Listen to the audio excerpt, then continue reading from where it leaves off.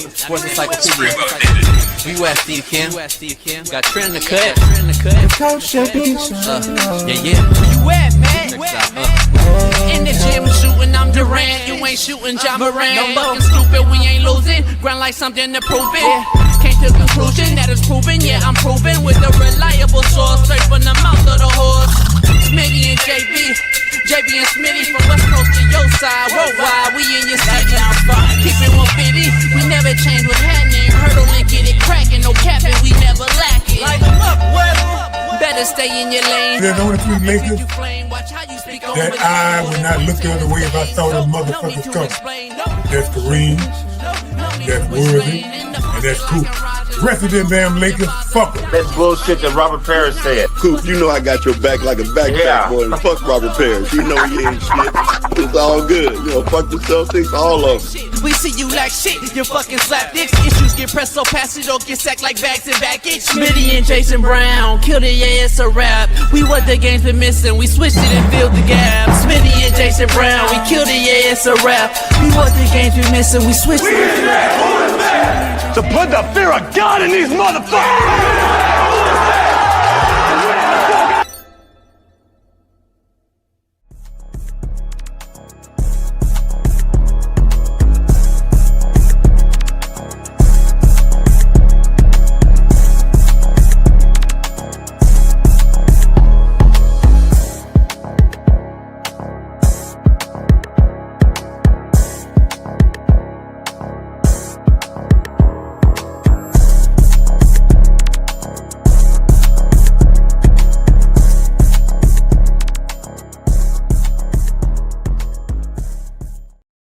What up? We're in the building. It's Work Boot Wednesday. Strap up your hard hats, tie up your work boots, and we are ready to go. It is go time on a loaded show. Super Bowl champ Sean King, Alabama legend, three-time national champ AJ McCarron will join us, talk about Georgia week. And right out the gate here in 2 minutes, we'll have our main man injury expert updates with the main man, Jesse Morris, Dr. Jesse Morris. Let's bring Smitty right out the gate. A Far East Sider, 317, LeBron hairline having, Lamar Jackson loving, and AR5 defending. Big Smitty joins the show right out the gate. Yeah, we gotta bring in, I like you bring me in right out the gate. I ain't gotta wait. I had a great lead in too. Had a great lead in. My plate, everything gonna be straight. Take them out, dinner date. Got 2 chains on, like I'm 2 chains, and that is my man. Let me stop playing, man. What's going on, chat, man? We got Cassius, we got TA2 Nasty, Endo Sports, and Sergio all in the chat right now, JB. Coach Gundy is out at Oklahoma State. I'm going to do a real quick lead in and bring Doc right in. Coach Gundy's out after a long tenure, the longest tenure in college football, Smitty. He was a player there, alum, coach, and pretty much the only thing many folks in this chat remember as the head coach at Oklahoma State. He had a decent run. And he had some good competitive teams during his 21 years at the helm. However, he wasn't an honest guy. I could tell you firsthand. He was always a shady guy. I could tell you firsthand. And not too many JUCO coaches sent guys there. If you just look at his roster, look at the mere fact of the matter is a lot of coaches didn't like the guy that he had to deal with. But that's fine. I'm cool with that. A lot of guys don't like me. He would do things, though, without forward thinking, which later bit him in the ass, in my opinion. I'm not saying this was the reason for his team to be this shitty lately, but who knows? He has rubbed many coaches the wrong way, Smitty, and in a macro level, maybe guys just stop sending guys there. Maybe you lost talent. Maybe you guys, hey, I'm not sending nobody to you. I don't know if that's true all the way, Smitty, but I'm definitely one of those guys. If you ever looked, you never saw an indie player go to Oklahoma State. Again, he had a good run, no sanctions, no real NCAA violations, and for the most part, did it the right way. But could never get over the hump for whatever reason. It would be very interesting, Smitty, who takes over that program in Stillwater in the coming months. But what do I know? What I do know is we got the injury expert already in the building. The knower of all things, the PP injecting, suit wearing, Miami walking, humidity, sweating, You want more? money making. Dr. Jesse Morse joins the show. Dog. Doc, Good morning. what up? What up? Looking You dapper. looking presidential this morning. Yeah. Trump. We ready? Yes, sir. We ready, man. How you doing? I'm doing better than a lot of these injured players. I think I'm gonna go back 3 years ago with you, Doc. It's Taco Bell and weed. Fuck it, I'm convinced. Weed and Taco Bell. Can't say it's not. All right, right at the gate. College football had a huge hit yesterday. I know you posted it on Twitter. There's your tweet, or we got a tweet from you. Bam. Heisman favorite, who Sean King on the show thinks is the best quarterback in America, suffered a right throwing thumb injury. And I want to be clear, Doc, I want to get your analysis, but I want to show everybody as a quarterback why this injury is so important and hard. It's so hard to throw a football when the thumb is your main support. Yep. So, like, I can take these fingers off, Smitty. Yeah. I can't take the thumb off. Can't Yeah, squeeze. you can't throw it. There's no grip on the bottom. I mean, if I take the thumb off, I'm in essence shot putting a football. Yeah. Yeah. Like, that's what it is. There's no support here, right? I got to shot put it. So, Doc, dive into it. How serious and how long is he out? There's usually two different types of injuries for the thumb. Now you have a UCL sprain, which basically is the stabilizer for this joint, and then you have a fracture. Initially, when the initial comments, they didn't say if it was either or, and then eventually I saw right before I tweeted, or actually right after I tweeted, that they actually clarified saying it was a fracture and not a UCL tear. UCL tear, we've had several guys. You may remember Drew Brees back in 2019. He had that. He missed about 5 weeks, but that was from a UCL tear, not from a fracture. Fractures are a little bit more complicated. So it really depends on where on the thumb it's fractured and how many pieces it's fractured. If it's clean and it's just 2 pieces, okay. But if it's in 3 or 4, or if it's at a joint, or you have all these different things that could possibly be in, there. Is there a ligament that's also torn? Is the UCL also torn? So this isn't like, Jordan Love, who had his UCL reconstructed a month ago or 6 weeks ago on his non-throwing hand and basically came back in 3 weeks, and he's probably 100% now. But remember, as a non-throwing hand, he's basically just got to receive the ball, and that's about it. The throwing hand, he actually has to be able to apply pressure and think about all these little subtle intricacies of holding the ball, and especially trying to throw it at different angles. And likely this happens when you hit usually a helmet or the side of a helmet, something like that. Usually that's how it happens on a follow through, and the thumb is vulnerable. Whereas the UCL usually happens if you catch it on a helmet, catch it on a jersey, where it usually. And Tua had a partial tear of the UCL, but usually, I wouldn't say you can play through those, but like 2-3 weeks, you can kind of do it.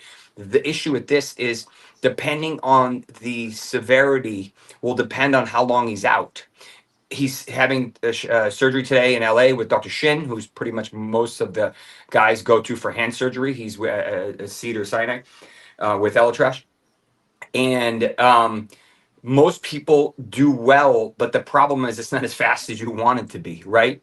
You want him to be back next week or in 3 weeks for that big game, but he's a liability if he comes back too quickly, not only because he's a liability on the field, but then the problem is, are you actually making the joint more unstable and the healing worse? So you got to think, hey, is it smart for me to bring him back too quickly and potentially risk having a more significant injury in the long run? Or should you be a little bit smarter? Yes, I know it's not ideal during the middle of the season, but maybe you can save him for the playoffs or for the latter half of the season. So I think 3 weeks is best case scenario, and that means it was simple, clean, straightforward, probably unrealistic, but technically it's there. Then more like 8 weeks is probably a more normal timeline, depending on specifics. But a lot of the times the bone doesn't even really start healing for about 3 to 4 weeks with surgery. Yeah, and then sometimes they even pull out the screws and the plate and whatever, the wires, there's different variants depending on what they have. So then you have to start ramping up, right? Yeah, I don't like it, Doc, because I just paraffin waxing my thumb when I sprained it really bad during my college career. it was hard to throw a football. So and it never healed. It never healed. So does he really actually going to have to put some sort of screw in there? It depends on where it was fractured and how many different pieces there are. If it's in 2 or 3 or 4 pieces, you have to put screws in there. They're not going to heal. Even if you put like a nice, brace on, it's not going to heal. So you have to stabilize it. And the only way to stabilize it, put screws or plates or both or wires. You can see there's different variants. But now you have to wait for those to infuse to deliver blood flow to stabilize the bone. Then some guys eventually have those removed, usually at a later time, off season, But so that's the tricky part, is that this is pretty much the only thing he can't injure and throw the ball, right? Hey, that's I was gonna say, because all these fucking idiots in the chat think it's like the 70s. Medical's different now. Well, the thumb's still the same. Unless they put a fucking prosthetic on there, it's still the same. You know how everyone knew my footballs in practice, Doc? Because it had my thumbprint embedded into the football. They knew my ball. They were like, oh, it's JB's ball. Because I held it so fucking hard with my thumb and this index finger, because that was my kind of where I controlled the football. Everybody knew the leather would actually have my thumbprint wore out inside all my footballs that I would have. And like, so that you knew where it was. Like, that's just how you hold it. And if you don't think that the thumb is the most controlling part of throwing a football, we got 2 QBs on today. I'm gonna ask them the same thing. Like, this is what makes you human. This is what makes this stupid thing is what makes you human. Go an hour without using your thumb. You can't do it. It's impossible. Try to turn on your phone without your thumb. Yeah, it's crazy. Yeah, but it's not the 70s, Doc. We got more. We can put a fix something. It's unfortunate, right? He was the Heisman likely, if that's such a thing. But he was playing great ball. But it's the nature of the game, right? He'll be back. He won't be back as quickly as you'd like him to be. And in my opinion, the goal is long term. It sounds like he has a legitimate shot at the NFL and to be a legit QB. You need to correct this right the first time. You don't want this to linger. You don't want this to he rushed him back and now he has long term issues with this thumb. This thumb doesn't work. Your NFL career is done, right? I mean, that's pretty much it. Joe, so you have to be smart here. Yeah. Let's get on the NFL, Doc. Let's give you put him on the clock, baby. He's got a hard out at 7:30. 6:30. Where are we at, Doc? There's shitload of injuries. Mike Evans, right in your neck of the woods, is number one. He always has a hamstring, and he's chasing 12 consecutive 1,000-yard seasons. I will break it down for you guys. 4 sections: QB, running back, wide receiver, tight end. Now, there's about 15 to 20 injuries that have not been released yet that we don't know about that will drop probably this afternoon to 6 p.m. Eastern time. So the later half of the day when injury reports start coming out. There's obviously a game tomorrow, so we know about those guys. Quarterbacks. We don't know which San Francisco 49ers quarterback is going to play this week. Mac Jones re-injured his PCL from his preseason, similar to Brock Bowers and Jaden Daniels. With that being said, Brock Purdy might be back this week. He would be probably moderate turf toe, and then that non-AC sprain, not a big deal. I think Purdy's probably going to take it this week. Jones could probably do it in a pinch, but he's going to be really immobile. JJ McCarthy probably going to be out until week 7, if I were to guess, just because, Wentz actually looked pretty good, and it just makes sense. But he's going to have a lot of difficulties moving. High ankles are really tough. Fields, we should hear about today. If he practices in full today, then he'll be fine for Sunday. If he doesn't practice today, then he may miss an extended period of time because it's already been basically 10 days from his concussion. Jaden Daniels is risky this week again. Why? Mariota looked really good, and it's smart to keep him out one more week. This is his stabilizer. You saw how bad Brock Powers looked 2 weeks ago and how mediocre he looked this past week. Now do that in a quarterback that's trying to run the ball. You just don't trust your knee, and if you land on it in a flex position, he's going to miss 4 to 6 weeks. I know that you want him back this week, but at the same time, you have to do what's best for the team in the long run. And he's probably going to be without McCarron, for what it's worth. Unfortunately, another Achilles tear. I'm working on a report that will basically talk about all the Achilles tears for the past 3-4 years. Najee Harris stepped back, just like, almost literally identical to Austin Eckler. Unfortunately, Achilles tear, season ending. The ironic or unfortunate part is that Najee Harris was the only running back that had never missed a game due to injury. So he goes from never missing a game, playing 4 years straight or whatever it is, to now missing the rest of the season and whatnot. Hopefully he follows the J.K. Dobbins route as opposed to the James Robinson and some of the other guys' route. In terms of James Conner, likely a foot and or ankle fracture. They haven't released specifics. He had surgery probably Monday, yesterday or 2 days ago, maybe yesterday. They didn't say specifics. He's season ending. We don't know the specifics on it yet. Just so unfortunate because he was having a great season. Trey Benson takes over there. They play tomorrow night. Tyrone Tracy dislocated his shoulder, a la Xavier Worthy. He is probably going to miss at least 2 weeks, potentially up to a month. This is tough for running backs and or wide receivers because the shoulder, as you start to go more vertically, horizontally and vertically, it wants to pop out because the labrum's not there to keep it in place. So some of the guys try to play with the braces, but they're very difficult to play with.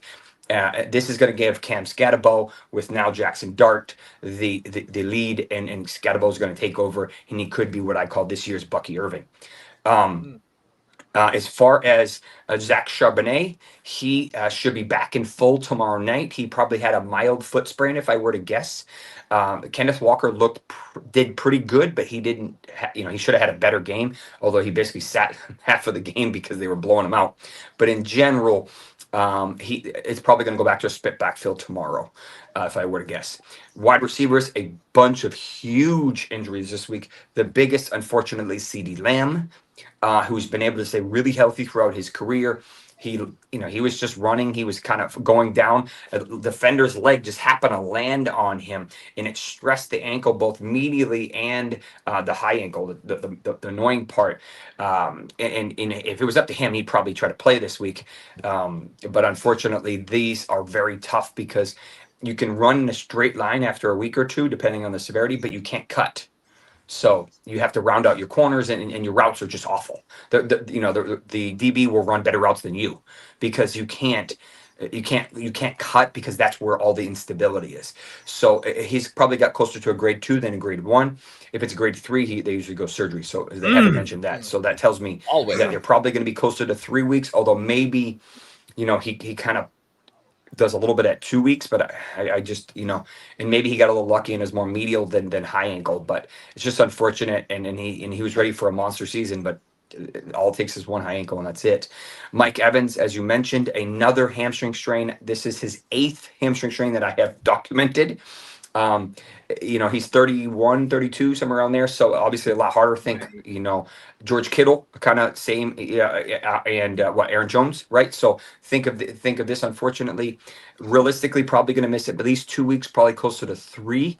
But I don't think they put him on IR. And realistically, they're going to probably get Godwin back this week, which is nice. Godwin's probably going to take about a month to ramp up, so there's going to be a little bit of a passing. We'll probably see Godwin go back into the slot, which is where he's comfortable, and Emeka start running out wide where Evans would normally be, and then Sterling Shepard would be the third option there. In terms of Terry McLaurin, he has a quad injury. We don't know if it's a strain or a bruise. Strains are much more concerning, almost like a hamstring strain, because every time you fire, you strain it more. So you have to be careful. Quad bruises just hurt. If you ever had a knee or a helmet to the quad, they bleed like crazy. They have gnarly bruising. And a lot of the times you got to give it a little bit of time to heal. If not, you can't really run appropriately. So I would not be surprised if McLaurin misses this week or is basically a decoy. I don't think he'll be active. So that's going to be Debo, and we'll have some of the other guys kind of have to step up. As far as Worthy, he tried to give it a go last week. It sounds like he may be practicing without that brace, but he's going to have a hell of a time doing that. I personally think he's a ticking time bomb to re-dislocate and eventually have season ending. So be very careful with Worthy. I think they're just trying to buy time, quote unquote, for Rashee Rice. That Tyquan Thornton looked good. I think he put on a little muscle mass. He's always had the speed. now he can thankfully catch. He looked great this past week. The rushing attack looks awful. Kelsey looks like a shell of himself. But maybe some reinforcements are coming in the next couple of weeks, maybe starting with Worthy this week. Jawan Jennings, dealing with a combination of ankle and shoulder injuries, did not play this past week. Maybe he has a better chance. We don't have specifics on him. Remember, he had that shoulder injury a couple weeks ago that somehow he ended up playing less 2 weeks ago. Finishing off strong, Valor should be a little bit better this week, but still not 100%. You could see he just didn't have his level of normal aggressiveness that you'd like to see, and as a result, he didn't do very well. Tucker Kraft, basically the same, but with that being said, the fact that he was even on the field is a good sign because the Packers are very conservative. So usually if it was bad, they would not let him play.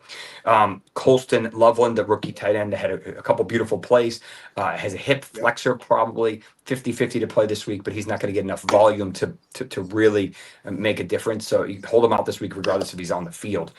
Finishing up strong, Evan Ingram, a back injury. We still don't know specifics. He hasn't played in a couple weeks. We need to see if he practices today or tomorrow and kind of go from there. They haven't really used him a whole lot, even when he was on the field. And then finally, I think Isaiah Likely makes his debut from his foot fracture. Remember, this is week 4 now, and he suffered it basically the last week of July or the first week of August. So it's been 6-7 weeks already. Mark Andrews blew up this past weekend, although the defense just got absolutely shredded. And Zay Flowers was nowhere to be found and cost a lot of people a lot of money. Because their quarterback's not very good. Great quarterback. Likely might probably not help. He probably maybe blocker because he's not gonna get the ball. Likely, that's all he does is catch the ball. He's they don't have a quarterback. They don't have a quarterback. He's similar to Fannin. They run similar patterns.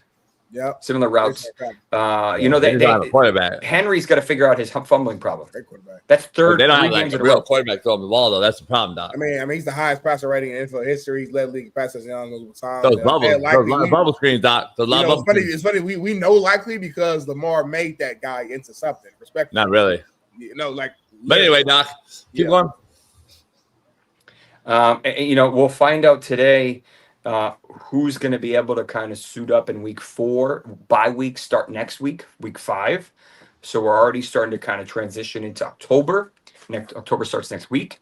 So we're ready to rock and roll. There's already some teams that are surprising. There's some teams that are a little concerning. Did you bring up Jaden? I did. Jaden, I think, is a 50-50 shot to play this week. I think they're going to err on the side of caution and probably hold him out one more week, if I were to guess. We got his teammate on Tuesdays yesterday, so he'll see if he brings on Jaden next week. Hopefully he can play.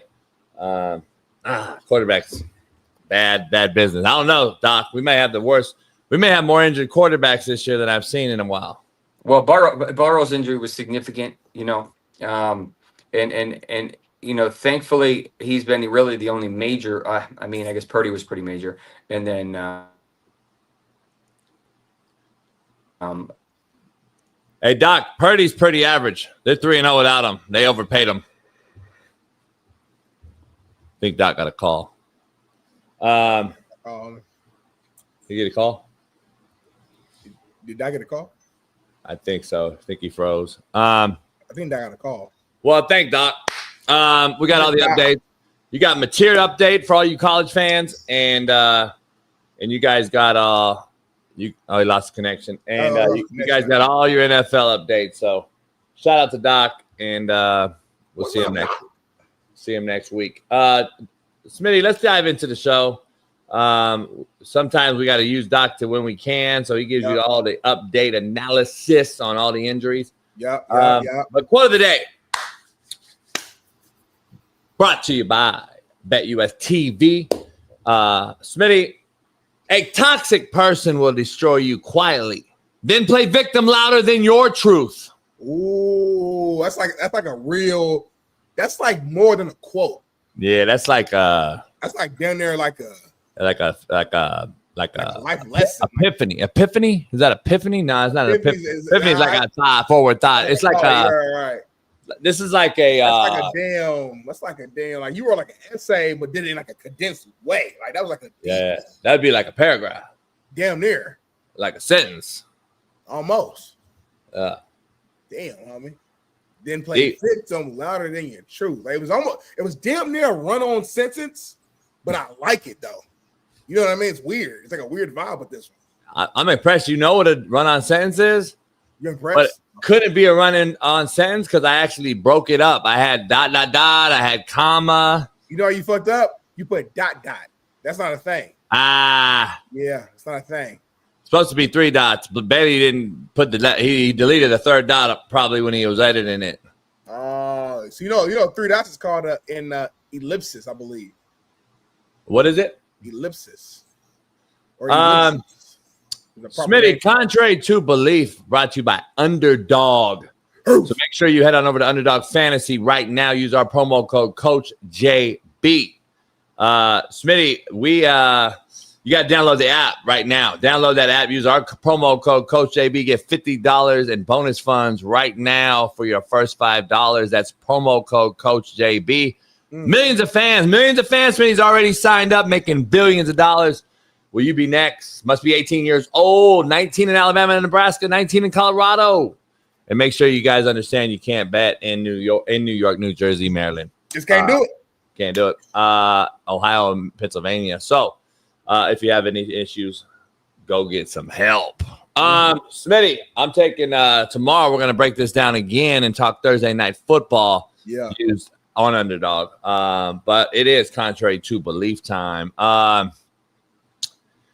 Tell a woman she is beautiful 100 times. She won't believe you once. Tell her she's fat one time. She'll never forgive you. I want to love it. But you fucked up. You know why, homie? Can I tell you why I fucked up? Tell me why, homie. I was looking at the girls in the chat, homie, and I thought about them. Which girl? Just all the girls, man. Like Leah. But anyway, I was thinking of like, she knows it's true. That's why I knew, Smitty. Like, let me redo it. But I saw the girl. I saw the girls, homie, and I knew they were gonna be mad at me. But tell a woman she's beautiful 100 times, she still won't believe you. Tell her she's fat once, she'll never forgive you. That's a bar. When you say it the right way, it's down there a bar. It's funny. I'm not gonna like rank it. It's not one of those deep messages. It's a real message. Like, that's true. But you know, it's not just a woman thing, homie. Even people on social media, people will praise you. Oh, I love your show. You're amazing. You're a great host. This, that, and the third. The one time somebody come in there talking shit, that's the comment that just stands out. It's human nature. I don't know why we're like that, but it just works that way, homie. But the crazy part is, like, she don't gotta be like real, like obese fat. Like, she just, like, you could just say, shut your fat ass up or whatever. She's like never forgetting it. You're fucked. You're fucked for life, homie. But then every day for 5 years prior, though, you've been telling her every day, you giving her a present of flowers. Baby, you're so beautiful and blah, blah, blah, and whatever. But the problem is now she thinks you're lying, though. But I'm saying I never said that until I've been saying she's beautiful for 5 years. And then she never fucking believed you. But then you tell her, you shut your fat ass up. It's a wrap. No, she feels like that one time you call her a fat ass, that's the truth coming out because you're upset. That's why I don't fuck with them. Because see, you don't believe me for 5 years, but now all of a sudden I fuck with you and you believe that only now. See, I don't fuck with you. I'll never forgive you flowers again. Women are insecure about their bodies. They know how much like but they can't take compliment. But they can't take compliment. See, that's why Cardi B and them, everything on them is fake. You got fake titties, you got fake nipples, you got fake ass. Oh, that's real talk though. Yeah, everything fake, homie, because they so fuck. But we can't get fake shit. Because men, we gotta take a little bit of ownership. We make women feel like they need to do that shit. No, we don't. Me and you, we don't like surgery. Me and you personally. But what I'm saying is, when they go on social media and they see all these other women with super small that's a them problem, homie. That's a them problem. That's a them problem. Everything's that's a them problem. Like, and you got dudes walking around like, that's a you problem, homie. I'm not talking to them. Don't believe that. Ass, whatever. Man, you're way out. You're way out of pocket. We don't do that shit. You crazy. We don't do that shit. Women are weak-minded, homie. Like, there's some strong-minded women, of course. There's weak. No, the ones that go get fake shit, homie, are insecure about something. It ain't about no man telling them nothing. You just said it. Social media, and they gotta go rubber up. You don't think women is getting their bodies fixed up so they can get attention from men? Yeah, they do for men, homie. But they do it for them. I'm gonna be honest. It's not number one reason. Lucy, you get fake titties for men or more for the women? The other women. They want to impress other women, homie. They want to be the baddest bitch. True. That's true. They want to be the baddest bitch, homie. Come on. Why'd you ask? Did Lucy got surgery? No. Oh, why'd you ask Lucy? Because she knows she studies the mind, homie. Oh, okay. I was just making sure. Yeah. I didn't know if she do. She cool. I just didn't know she had. I didn't know women are gonna get the attention of a man. I don't give a fuck. Short, fat, skinny, tall. We fuck them all. They're gonna get attention from a man, homie, regardless if they fucking rubber up or not. But if you got a shorty who walked in surgeryed up, like good surgery, and it's Coke bottle, and it's like damn. And then you got like a regular girl who looks cool, but she's like super duper average, like nothing stands out. And they both walk into a club or a bar. The girl who's all surgeryed up, dressed whatever, she gonna be the one to get the attention. So I'm saying, I think as a woman, due to insecurities, correct, they go get this shit done because they want that attention. It comes from insecurities 100%. I'm not disagreeing with that. I'm just saying the point of them doing it is to impress men, and because there are some men who down women. I think social media is the worst. I think social media is worse than like Xanax. I think social media is worse than like any drug they can get on because they see these girls, these models, most of them like 19 to 23 or something. They're already in a prime. They don't work out. They just naturally already like in shape. Like that. Right. And then if they got, a set of titties and ass on them, they IG models. So you on IG, and then the older girls that are 27 to 35, they're like, fuck. I'm gonna go get fake ass and titties, and I'm gonna make some money too before I hit my peak, which is over the hill type 40ish, right? They're gonna say, I can't make no money no more on social media, so I gotta get this ass and titties, and then you go the Cardi B way. You know what I'm saying? So I don't know. It is what it is. But you know what? Comparison is the thief of joy. And social media, all we do is compare. Men compare themselves to other men from a financial standpoint, what they got, what I don't got. He got a boat, he got a yacht, he got this, he got that. They might not voice it, but subconsciously they're like, damn, I need to fucking get right. Women compare themselves physically. Because those are the two areas that we are judged on. Men are judged based upon what we can provide and what we have. Financially, women are judged on how they look and how motherly they can be. Those are the natural things that we are judged upon. So we use social media. We see other people that looks like they're doing it the right way, or looks like they got the right body, looks like they got the money, whatever the case may be. I think subconsciously both sides judge themselves based upon that thing. We can get real deep with this, JB. Yeah. It's what it is, man. I wish we just fucking accept what we got. That's what I be saying, homie, like, because you fake. If you don't accept what you got, you fake. If you don't accept what you got, what the gods touch you with, you fake. You're not. That's not your person. Like, you got titties. It is what it is. Like, that's not you. But you own it. You embrace it. You got you got a little dick. You got a little dick. It is what it is. You got to live with it, homie. Like, unfortunately, but that's what you do. Like, we can't go get it. Like flab underneath like your tricep. Like mine, you saw mine is solid. You got flab. It's okay. Like, live with it. Like, I don't work out much, but I'm almost damn near chiseled. Like, God touched me, homie. Like, I can't really do much about that. Like, it's not on me. You know what I mean? 8 inches around. Like, I can't do nothing. He gave me that. I'm just saying, like, certain things you can't really do nothing about, unfortunately. Somebody in the chat said often, like this is a general statement. They said when men like brag about their size, oftentimes that like they're hella small. They're little. Yeah. Or they just talk shit because they can. It go both ways. Got you. I'm just saying. I'm trying to go both ways. Yeah, when you get a certain age, you're like, fuck it, I don't really give a fuck no more. Like my shit got weight. So like it is what it is. You know what I'm saying? You can do what you want. Cause like the bros know. They come over and tell you. Like, they actually you white, so they know. They fuck with both. They fuck with brothers too. They know. You're different. Like it's a different entity. Well, they've had all the brothers. Bigger, we're faster, we're stronger. They're like, damn. Like all that's like a fact. They're like, damn. We're just built different in every area. They're like, damn. Why did I fuck with you before? Like we're just literally built different. I get crazy comments like, why the fuck did I ever not fuck with you way before? Well, you might be good at what you do. Size doesn't necessarily correlate directly to being happy. Like you might do a good job of eating their ass, right? Or maybe y'all have like an ass fetish and y'all eat each other's ass and they feel good to y'all. And they like you for that because black men ain't doing that. So maybe they don't like, you know what I mean? So maybe that's what they like. When it comes to like the size thing, you know, black is king. Black people are just physically more. It's not your fault. You per capita. Yeah, we're actually bigger per capita. Per capita, okay. That means like average, like the average. You guys are. See, you got a couple guys. You think a couple porn stars? You motherfuckers act like every brother walking around got fucking 12 inches. No, you don't. Stop. I can't speak. I don't see other brothers. I don't know what other brothers do. I gotta speak for myself. Yeah, I mean, we know you. We know you little. So I'm just saying, we're moving on. We're moving on. Huh? That's why I can't really wear gray sweats because it gets kind of dangerous. But anyway, let's go ahead and move on. We got a long show. It's almost 7:00. I'm a grower, not a shower. My shit little when it's little. It's crazy. Like hella little though, right? Like it's inverted damn near, but then dinner and bear, like the dinner you add water, that motherfucker like goddamn, where the fuck it come from? But anyway, moving on amicably. Smitty, poll question brought to you by Valor. Make sure you head on over to Valor right now. Get you 20% off using my promo code Coach JB. Yeah.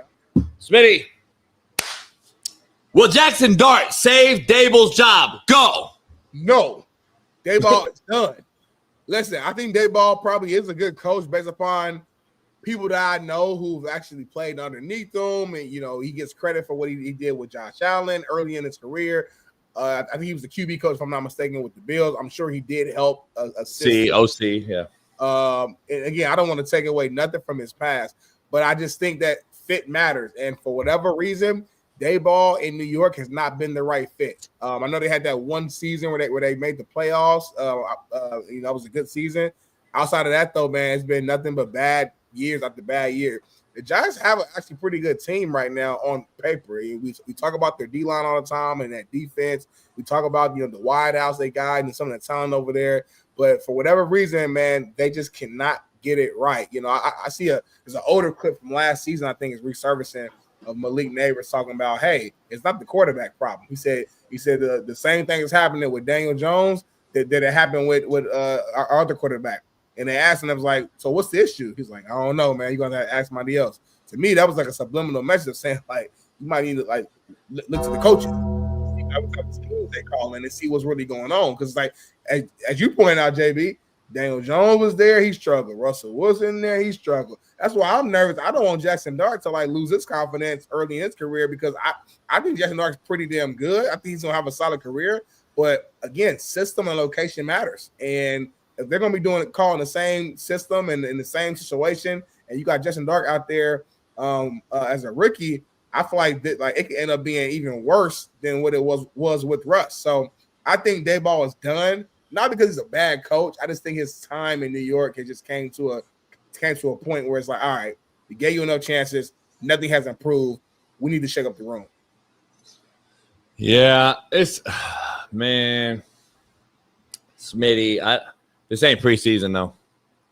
The preseason hype shit train's over. So when the motherfucker struggles, please don't get mad. Don't say it's over already and blah, blah, blah. He's a rookie. This ain't preseason. Okay. He's going to seem like Myles Garrett and shit. So just so you're clear. This ain't going to be preseason. So don't think that he's going to come out and ball. Now, does he come out and do well right out the gate? We've seen the Jaden Daniels, the CJ Strouds as rookies. When you got a quick release, big arm, and talented and athletic, guess what? You can shock teams with no book on you. No resume yet. They don't have no tendency report on you. Yeah, sure, you can have a little success.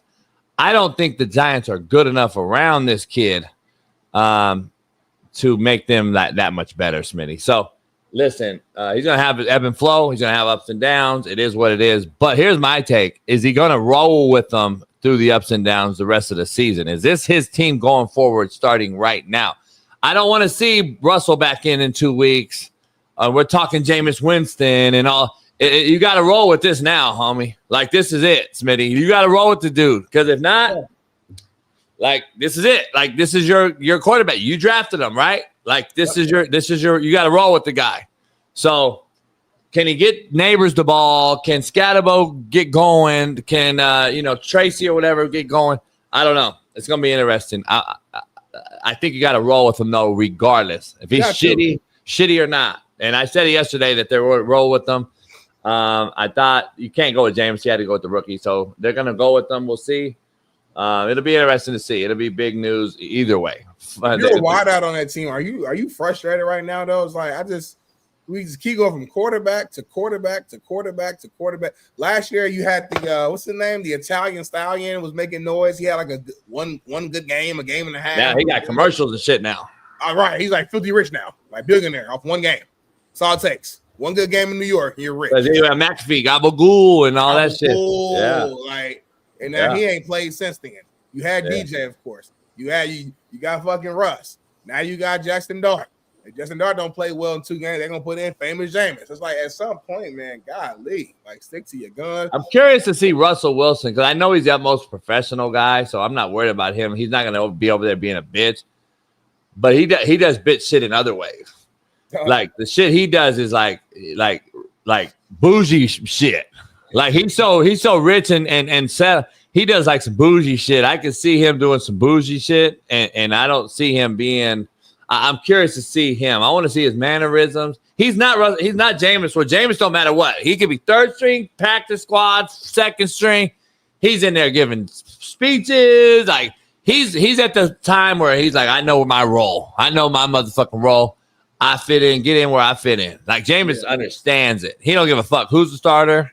Yes, he's gonna fit in right. He's gonna be there. He's like, fuck it, I'm rolling.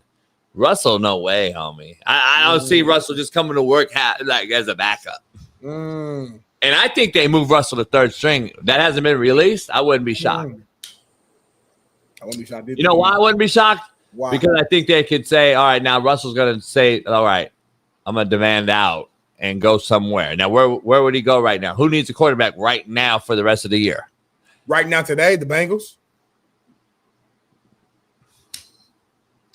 But what do I know? Man, we'll touch on that a little bit later, man. That's a good point. We shall see how everything plays out, man. But let's get to another topic here. I don't know if you saw this, man, but Ravens fans are calling out cornerback Marlon Humphrey after he jumped on his podcast right after the team's loss versus Detroit. It's a video right here. Check it out. We are here at the Marlon Humphrey show, and this is live, fresh off a Monday Night Football. Wait, this him? Yeah. Is he all right? You never seen his face? Yeah, he's trying to be funny, I guess. I thought it was Marlon Wayans. I met him once a couple years ago. I don't really know. I met him one time. This ain't Marlon Wayans? Marlon Humphrey. I thought it was Marlon Wayans. Marlon Wayans, he got a new movie I call him. He looked like him right here, right now. He kind of do. That's why I'm not getting mad at you. A little bit. You can't be mad at me. That's who it is. I could be mad. This is Marlon Wayans. Marlon Humphrey. Well, he's trying to be Marlon Wayans. We can watch the video and see. Like, look at his face right now. That's it. You're not from a Scary Movie? That's exactly what he looked like. I mean, the face looks like it from like this. The screenshot it does, but it's not Marlon Wayans. Let's take a look. Let's take a listen to this motherfucker. Sounds already gay. Go. Stop saying that. Loss. I feel like you always got to address the workplace just a tad bit. It was a rough evening. I don't like his voice. I'm going to be honest with you. There's no way that this is the guy that I could expect to be my Ravens secondary corner lockdown, the main man, the nasty defensive prowess in the backfield. Come on, homie. What are we doing? Is everybody gay now? I'm so fucking tired of these motherfuckers. Are you in the NFL? Are you a headbanger? Or are you a dick slanger? What the fuck are we, homie? Like, what are we doing, homie? Like, this motherfucker's sweet as fuck, homie. I'm expecting him to make a play for me. And then you got to go back on the fucking podcast right after the show. And Leah, right? By the way, Leah, there's no such thing as a bi man. He's fucking gay. Oh, I'm just telling you. Once you take a dick, you're gay. There's no going back. It's not bi. It's not a female. It's not like a woman. You guys lick pussy and be bi. Nah, man, you take a hairy ass, you're gay. It's beyond coming back from. You're not coming back from it. I'm so fucking tired of these motherfucking sweet cats, homie, playing in this league. God damn, homie. It's fucking infuriating. Take a listen. At the office for myself and company. Things didn't go great. Fuck this guy, man. Calm down. But, the good news is there's always tomorrow, hopefully, for some people. Hopefully that's me. He's vaxxed. Something's up. JB. For Smitty, JB. For Smitty, JB. Do it for Smitty, JB. I'm going to keep it football for a second. Huh? I'm going to keep it football for a second. Marlon Humphrey got tore up during Monday night. Amon-Ra St. Brown was cooking his ass all game long. And for him to be so calm and cool and at ease is what I don't like. Listen, I've been the guy saying, hey, if this is what you do podcasts every day, whatever, stand on it. Win or loss, do it.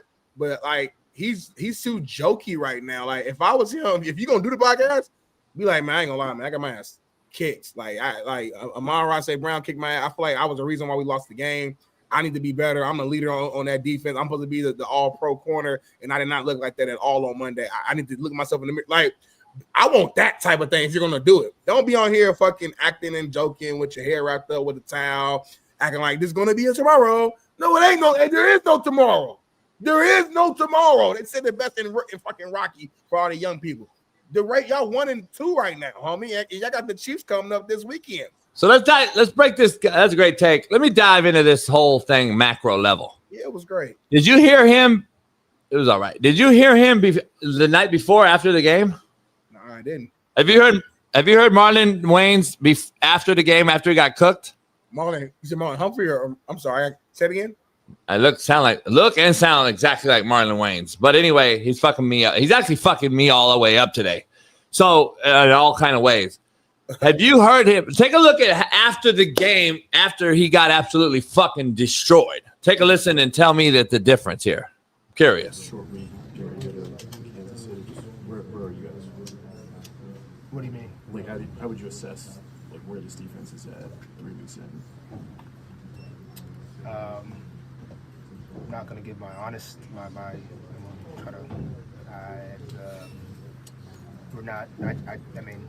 we're just not very good. I think biggest thing on playing on the Ravens defense is the organization, the fans, they've seen greatness. So being bad, being good, really, it's just not the standard. I think when Ray Lewis and Ed and just the great defenses that have just come through here, that's really all they've seen. It's just We're cooked. Society's cooked. We're fucked. I'm just telling you, homie. Can't take an ass whooping as a man no more. If you get your ass whipped, you come back with a pistol. You do a drive-by because you pussy. And then after the game, you can't look at anybody. You got a hoodie over your eyes. You fucking sound like a bitch. You're fucking mumbling and shit. You ever imagine Ray Lewis, Ed Reed going to see the fucking after a loss?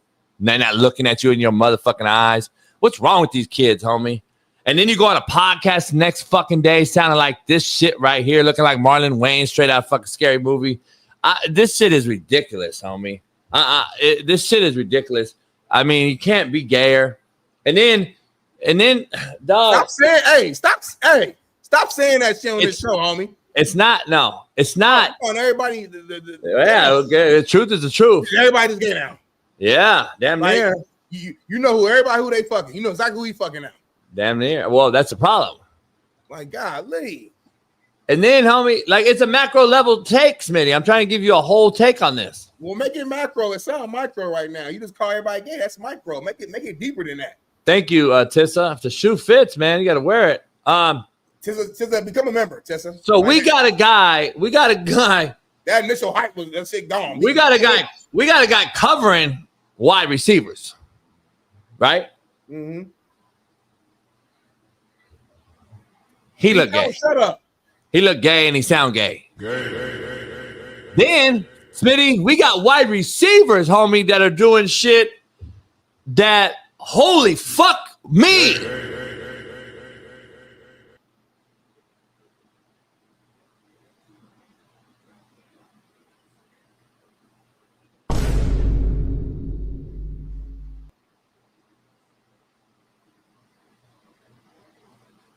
Yeah. Your face says it all. Yeah. Yeah. You haven't seen this? Yeah. Now apologize to me right now. Tell me the league is gay. Tell me. Go. You lie. Go. Tell me. I'm not saying that at all. Yeah, you are. You should. You should. You damn near should. You damn near should say it. Because I know the definition of what it means, homie. Gay means a certain thing. I don't know who they fucking. And I don't care. I'm watching football. No. I come on this show to hear Coach JB coach. False. JB. I'm out. Football. That's false. Football, homie. That's false. Not what they're doing out on the other field. I don't care who. You gave a wrong definition. Gay does not mean who they fucking. Gay does not mean who they fucking. That's that kid shit. I don't care who they sleeping with off the field, homie. Nah, that's not what we're talking about, homie. See, your macro. Gay is not who they fucking. Gay is happy. Gay is happy. Gay is happy. There's a Hall of Famer. Gay is happy, Smitty. It's a Hall of Famer who was doing a damn thing. Gay is happy. We become so happy. Not what you mean when you say it. Stop, bro. No. Nah, see, you're not. You don't listen. You're hearing me. Nah, this ain't no kid shit. This ain't no kid shit. These old happy gay motherfuckers running around here just happy to be gay, homie. You heard the motherfucking Marlon Wayne. You see this ass shaker on the sideline like he on the pole, homie. Like, you can't even look at it. Smitty's grimace right there, because that's a fucking that's real shit. That's real shit, homie. Me and you really, like, fuck, what are we seeing out here, homie? This football? Like, it's fucking real shit, homie. Daddy, though, so you can't even say that. That's my problem. The generation is cooked. I keep telling y'all, homie, the daddy ain't shaking his ass out here in Compton, homie. I promise you, his daddy ain't shaking that ass. They was raised hard, though, homie. I promise you, the daddy ain't shaking that ass, homie, at the gym over here in Carson, homie, on Lurs. Bro, I know the daddy ain't just. He raised them on in them. He raised his sons. I'm not, homie. Nah, homie. That's my point. It don't matter how hard you is. You can raise gangsters, and these motherfuckers is coming out gang side gangster. What's going on? This motherfucker shaking his ass out there, homie. You imagine me and you getting up and just like on the show and just weird shit like that, homie? This a whole other generation, homie. You done some shit weird on the show before too. You literally sat back on the damn stool and put your legs up and your feet up. Yeah, I demonstrate what the fuck I does. Let me break that down real quick. Yeah, calm down. You could have a heart attack. I'm shocked, homie. I really am. Like, I'm shocked. But there's another clip of him that's going around when he scored a touchdown, and he said exactly what we want him to say after a touchdown. He's talking shit, he's yelling, he's cussing. The mic picked it up loud. Like, so I'm saying, listen, I don't know what the celebration was. I can't defend that. I don't know what it was. I don't know what that was. Maybe it's a TikTok dance going on. I have no idea what it is. But you got to stop calling everybody gay, JB. You thought I so loose now it's getting old. At first it was like, oh, it's kind of funny. Now it's like, this is over every single day. Gay. What? I hate to break the bad news to everybody. I hate to break the bad news to Smitty and Bailey and everybody in the world listening right now. Something serious, man? But my truth is the truth. And I've been telling you guys for a couple months now. Oh, something serious happened. There's a common denominator. Last time I checked, he has a fucking what kind of mom?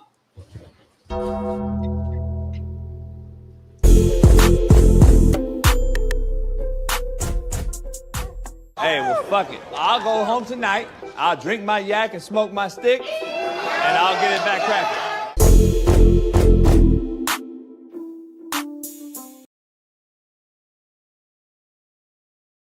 Back at it on the Coach AB show with Big Smitty, as we have a proud new sponsor.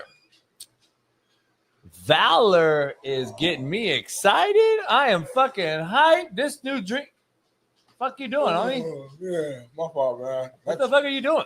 I'm sorry, man. That drive killed me, man. I'm exhausted. 2-hour drive. Oh, you don't know why I'm excited and hyped already?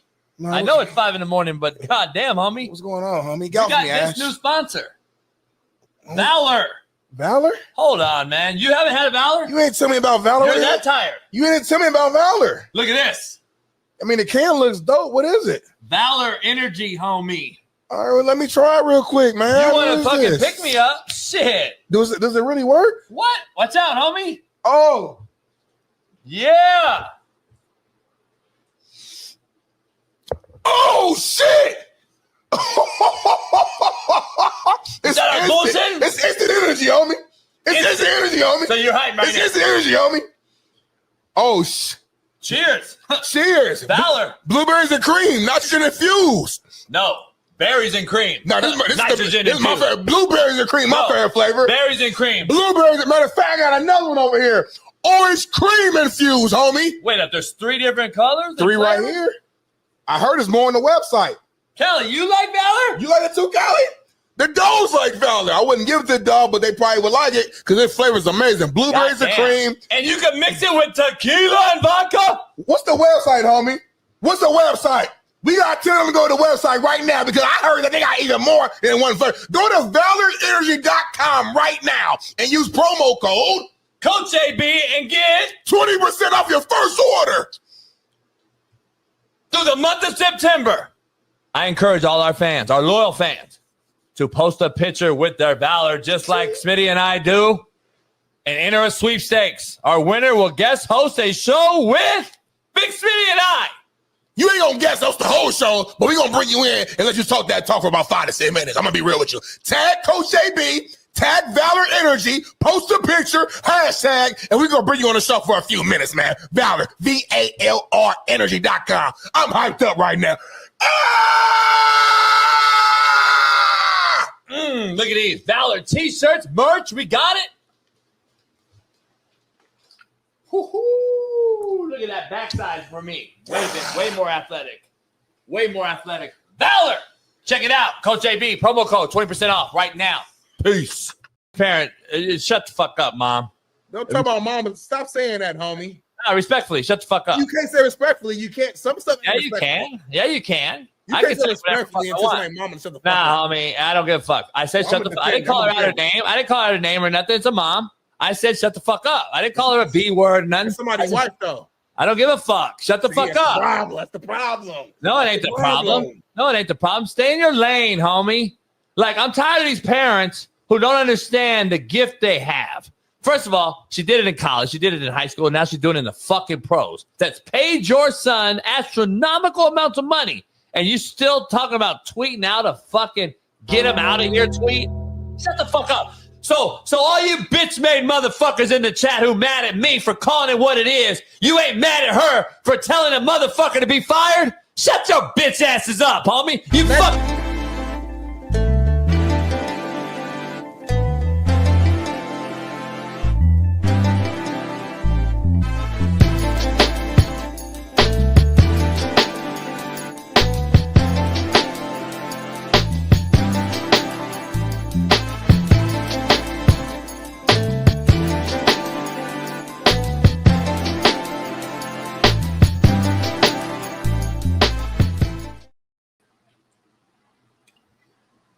Yeah, we're in the building. It is getting close to Bama, Georgia weekend. Big college football weekend. AJ McCarron will join us here in about 10 minutes. About 10 minutes, Smitty. And we're going to talk Georgia, Bama, big weekend. A lot of big games this weekend. A lot of big games. Yes, sir. Yes, sir. And we're going to say those topics, say that topic for when AJ get here because he's going to talk all things Bama. But, JB, I did real quick, just a brief one. I know it's football season. Everything we're doing is football, but I found a topic that's kind of like a what's happening now-ish type of topic. I don't know if you saw this, but it's been going viral online, and I had to get your perspective.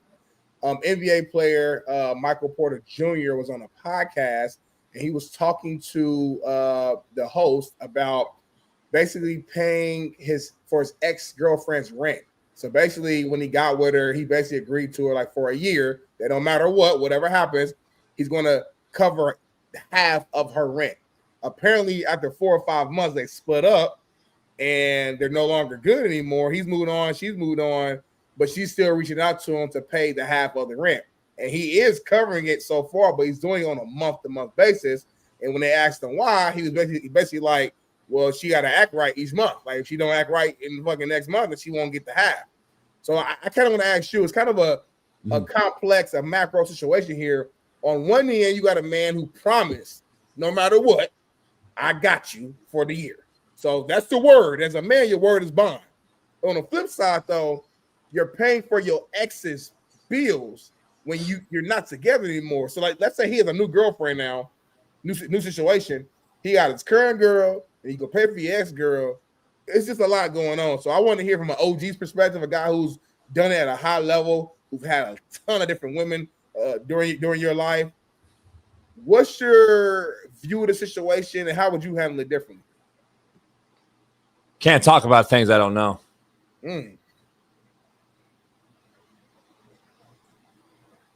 I ain't paying for no bitch of shit.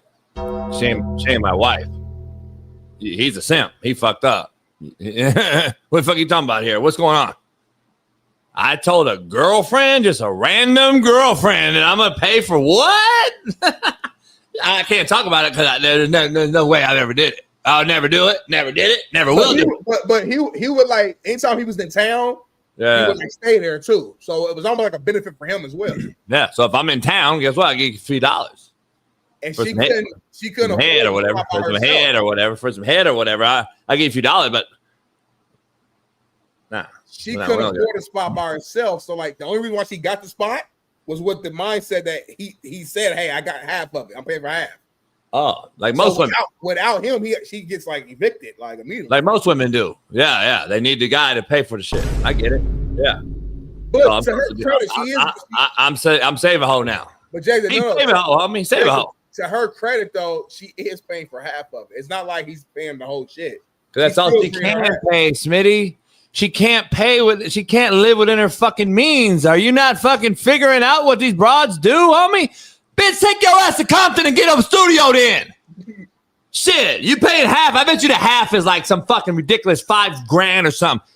Probably the bitch is about $10,000 a month. That's why she paying half, because she want to live above her fucking means. But he also he agreed to the spot though. No, he didn't. He agreed to the pussy. We gotta he agreed to the pussy. He didn't agree to the spot. He got spots all over the place. He got 200 million, homie. He not agreeing to the spot. He agreed to the pussy. So when I come into town, it's convenient for me to go over there and run through it, and then I'm gonna go leave. Right. Come on, homie. He played her.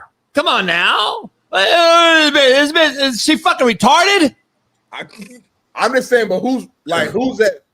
There ain't no fault. She's a fucking. She needs him, and just like most broads at her age, she thinks she's an IG model, and she's supposed to do this. She looked kind of cool right on that picture a little bit. No, she don't. She looks like a regular fucking 22-year-old IG bitch. Cool. She look cool. Here's the issue. I see these bitches. I see them every day. I see these bitches every day. Would you fuck? Yes or no? Would you fuck? Yes or no?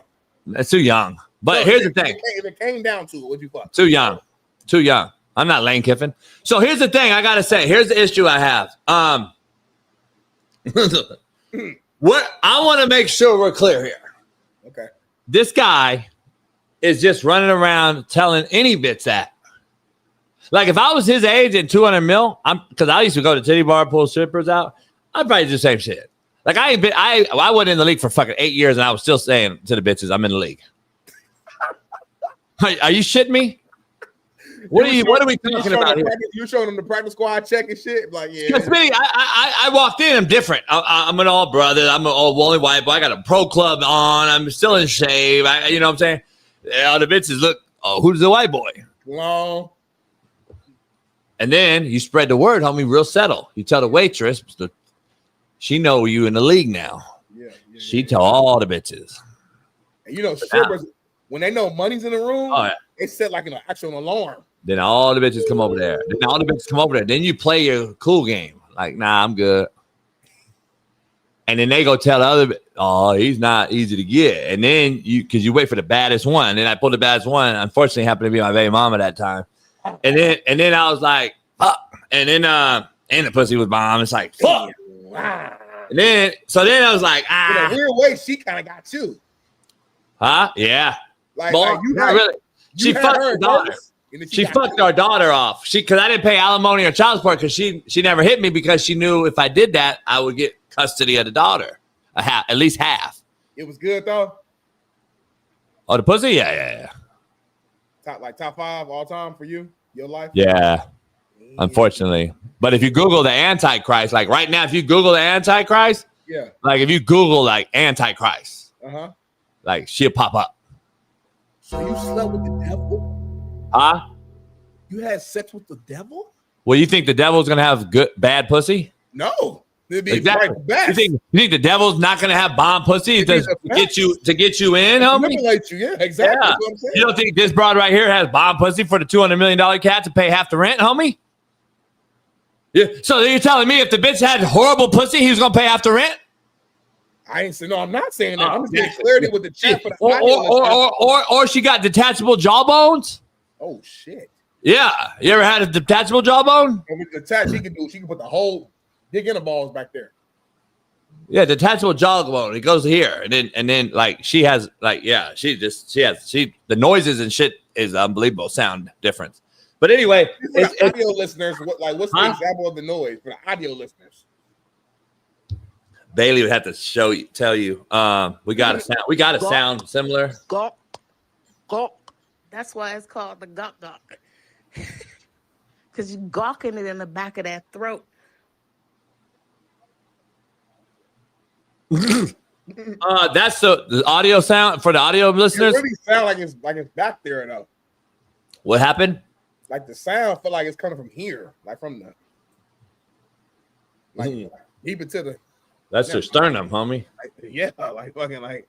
Can we play a game? Let's play a game. Before AJ hops in, play a game real quick. Actually, we could play it with AJ and just get the energy up. But we'll play a game and then we'll play a game with AJ. He'll play another game when AJ leaves. Cool. Right now, let's play a game. Cool. Let's play a game. Will or won't? Ooh. Before we play, all your games is boom or boom. It's this or that. And they're ad-lib as fuck. It's hell yeah or hell no. It's and they're ad-lib as fuck. It's fucking Bama week. We're going to play 2 games now. It's fucking Bama week. And it's Georgia rolling into town. Georgia. And we got a guy that, shit, did he ever lose to Georgia? I don't know. I'm going to have to look that up. Yeah. Sang by a blind man. Fire song. Georgia. But anyway, it's Bama week, and we got 3-time national champ, ex-Bengal, Raider, Niner. Teammate of Keith winning. Yeah. Said Joe Burrow's average. He said he's always hurt. He didn't say that. Our main man, AJ McCarron, joins us.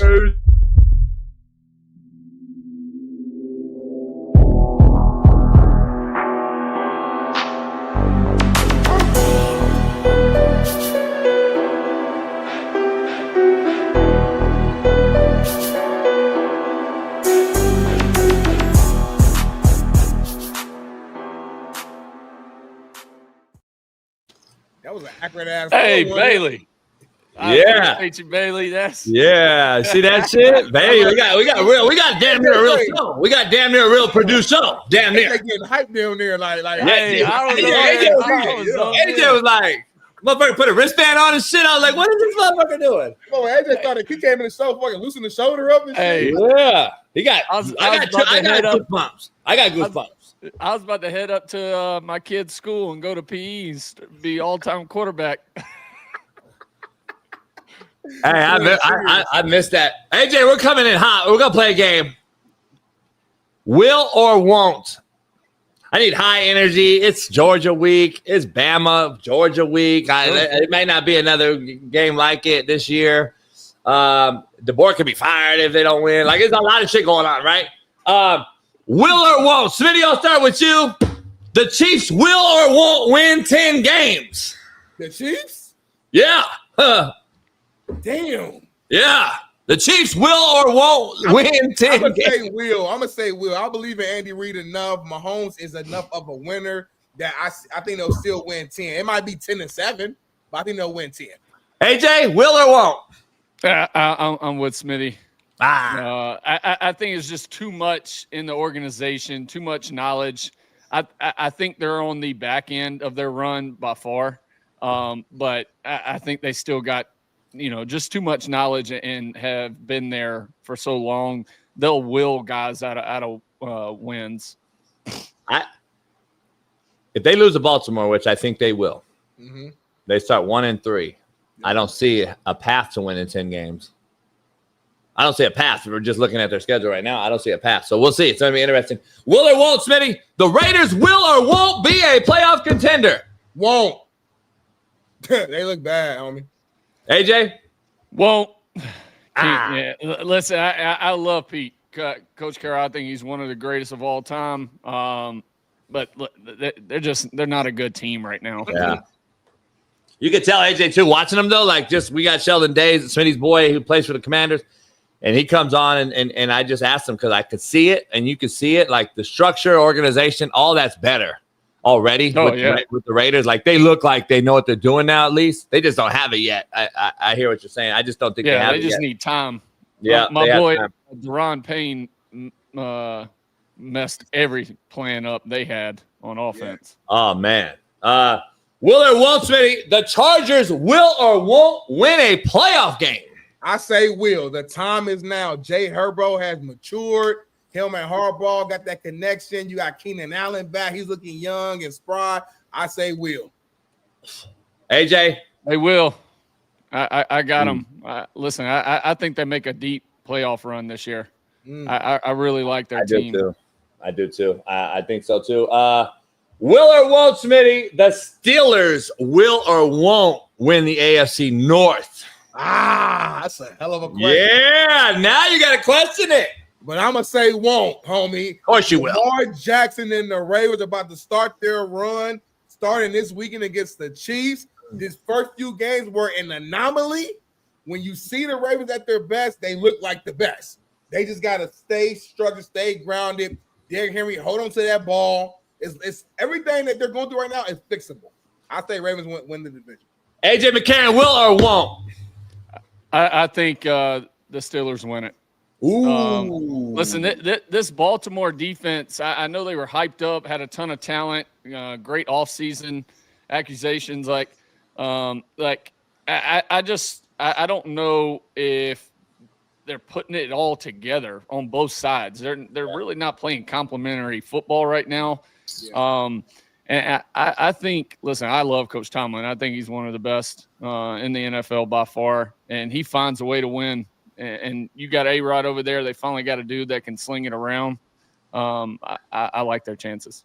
Me too. I just don't. I told Smitty a year and a half ago, I was like, Patrick Queen loss is big for the Ravens defense. I don't care what they say. I know it's not one guy only. Like we could say Micah Parsons wasn't the only reason Dallas is bad. Obviously, they'd still be bad, I think, if Micah Parsons is in Dallas.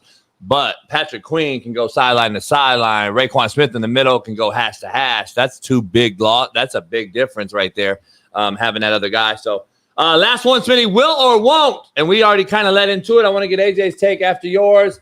But Jaxson Dart saves Brian Daboll. Won't. Daboll is gone. AJ? Yeah, I don't see it. And I like Jaxson Dart. But listen, they're just not a well put together team, and I think Dave's is a great offensive mind. I've played for him in Buffalo for a short period of time, and he was at Bama. But listen, you can't depend on a rookie to come in there with the team that's just still trying to figure it out. It seems like. Yeah, no doubt. All right, Smitty, one more game before we get into some questions for AJ. You love games, homie. I do. I love games right now with AJ because, AJ, it's Georgia-Bama week. If I said is the name of the game, Smitty. Okay. If I said I'm not worried about the Chiefs, but I am worried about the Ravens, you say? I agree with you. Ooh. Interesting question right there. I'm not worried about the Chiefs, but I am worried about the Ravens, AJ. Hold on. I read the way you said it. I looked at it differently. Yeah. AJ, I looked at it differently though. I looked at it like if I'm a competitor going against them, I'm like, oh, okay. The Chiefs is ass. Like, I don't worry about them. but I'm worried about the Ravens. Like that's how I took it. Gotcha. I flipped it opposite. So that's what I meant. Nah, if I'm not worried about the Chiefs, but I am worried about the Ravens, you would say. Well, now the way you're saying it, I disagree with you. Then I told you I think the Ravens are one of the best teams in the league. So you're worried about the Chiefs, not the Ravens. Yes. Yeah, I'm not worried about the Chiefs. The way you're saying it. Yeah. I'm not worried about the Chiefs. I agree with AJ. The Steelers are better. Didn't you just say they're not going to win 10 games? So how yeah, you say they that? don't. They still don't need to win 10 games. The Raiders, they're going to be ahead of the Raiders. But Broncos have lost 2 games. I think the Broncos are better than we think. But again, losses matter at the end of the day. The Chiefs can still win 9 and get in. I'm not worried about the Ravens. The Ravens schedule. Have you seen it? I'm worried about the Ravens on that defense, Smitty. I'm just being honest. You think the Chiefs can go 9-8 to make it? Yeah, listen. If you look at the AFC right now, Miami's out. Jacksonville's out. Right now, Houston's out. Like these are teams we thought were going to be in. That's changed the landscape right now. Like already, that's fair. Colts are better than you thought. Colts, you got Chargers, Bills. Browns are out. Let's just say the Browns are out. They don't have an offense. They don't have a quarterback. Let's say they're out. You got the Steelers and the Ravens are going to compete. Cincinnati's done now, and we thought they were a Super Bowl contender. So they're done. Like, think about it. The landscape changed. Yeah, you get in with 9-8. So that's just my take on it. I don't know. AJ, if I said the Eagles are boring cheaters, you say?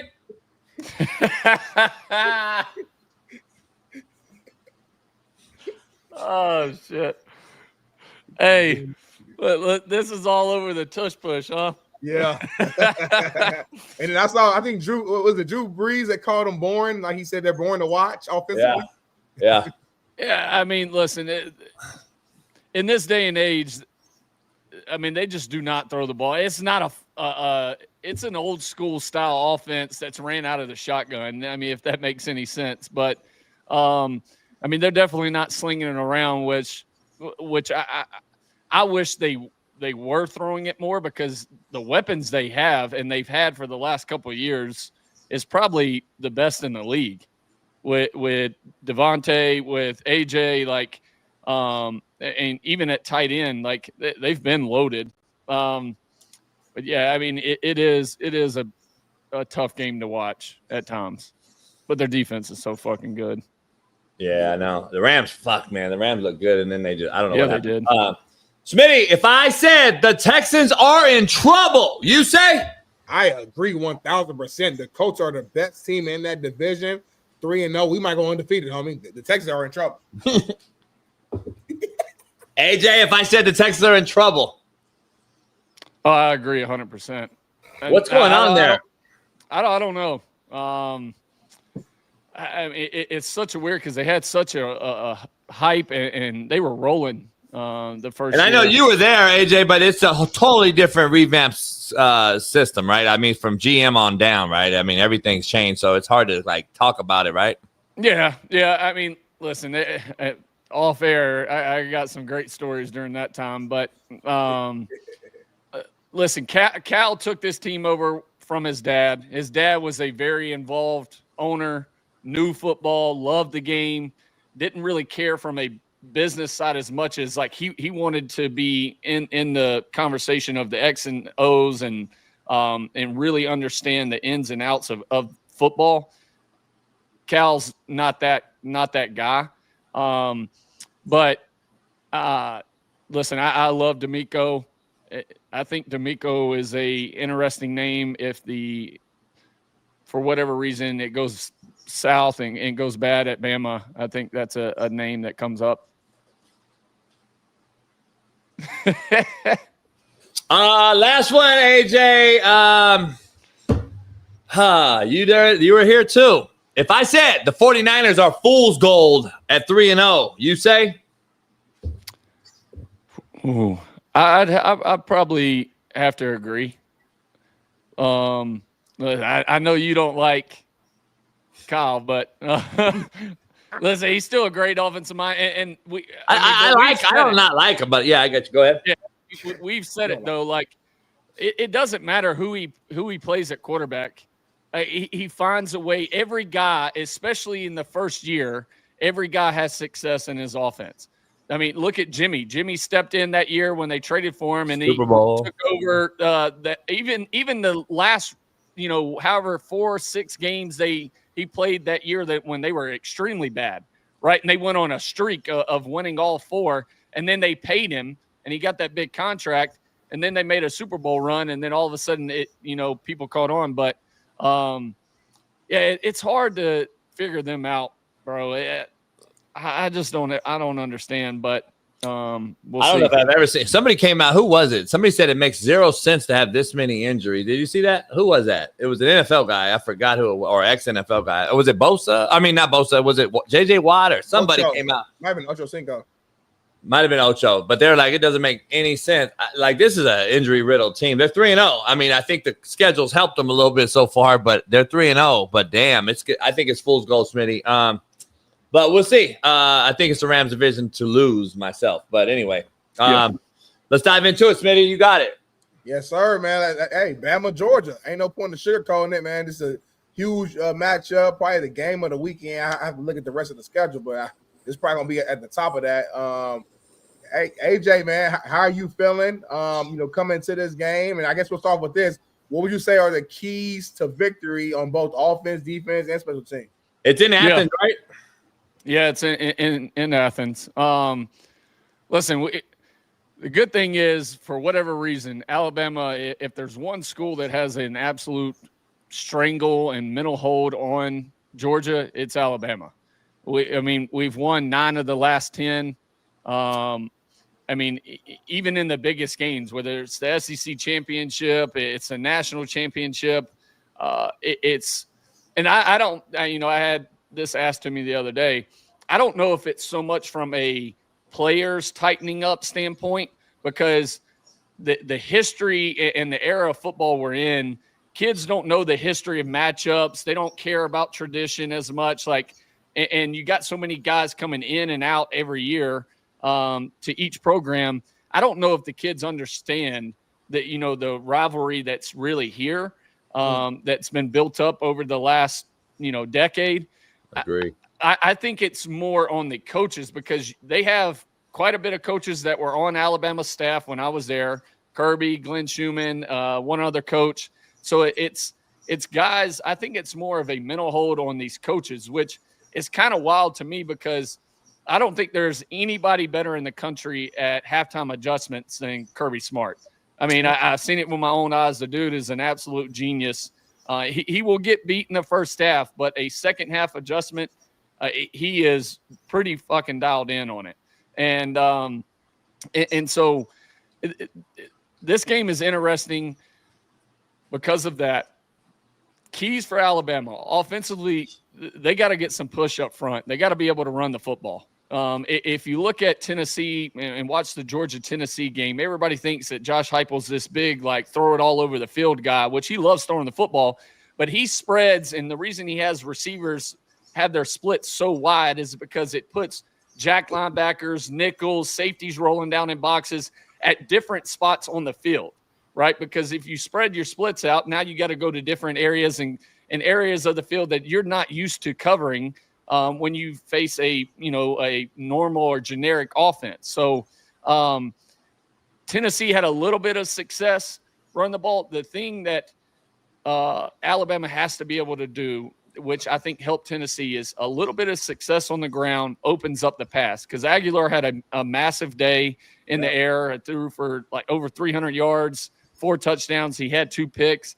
But I think if Alabama can establish a run game, get some push up front, it opens up, because if there's one thing Georgia did give up was explosive pass plays.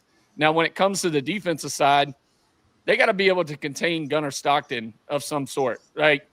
For whatever reason, we've had trouble in the past, even this year with mobile quarterbacks. You got to find a way to get some pass rush, whether we're rushing 4, 5, 6. I mean, different packages, pre-snap, post-snap. We got to be able to mix it up. You're going to have to play some man and be able to lock them down. But I think those are the biggest things. And when it comes to special teams, the biggest thing in special teams is you can't make a play to beat yourself, right?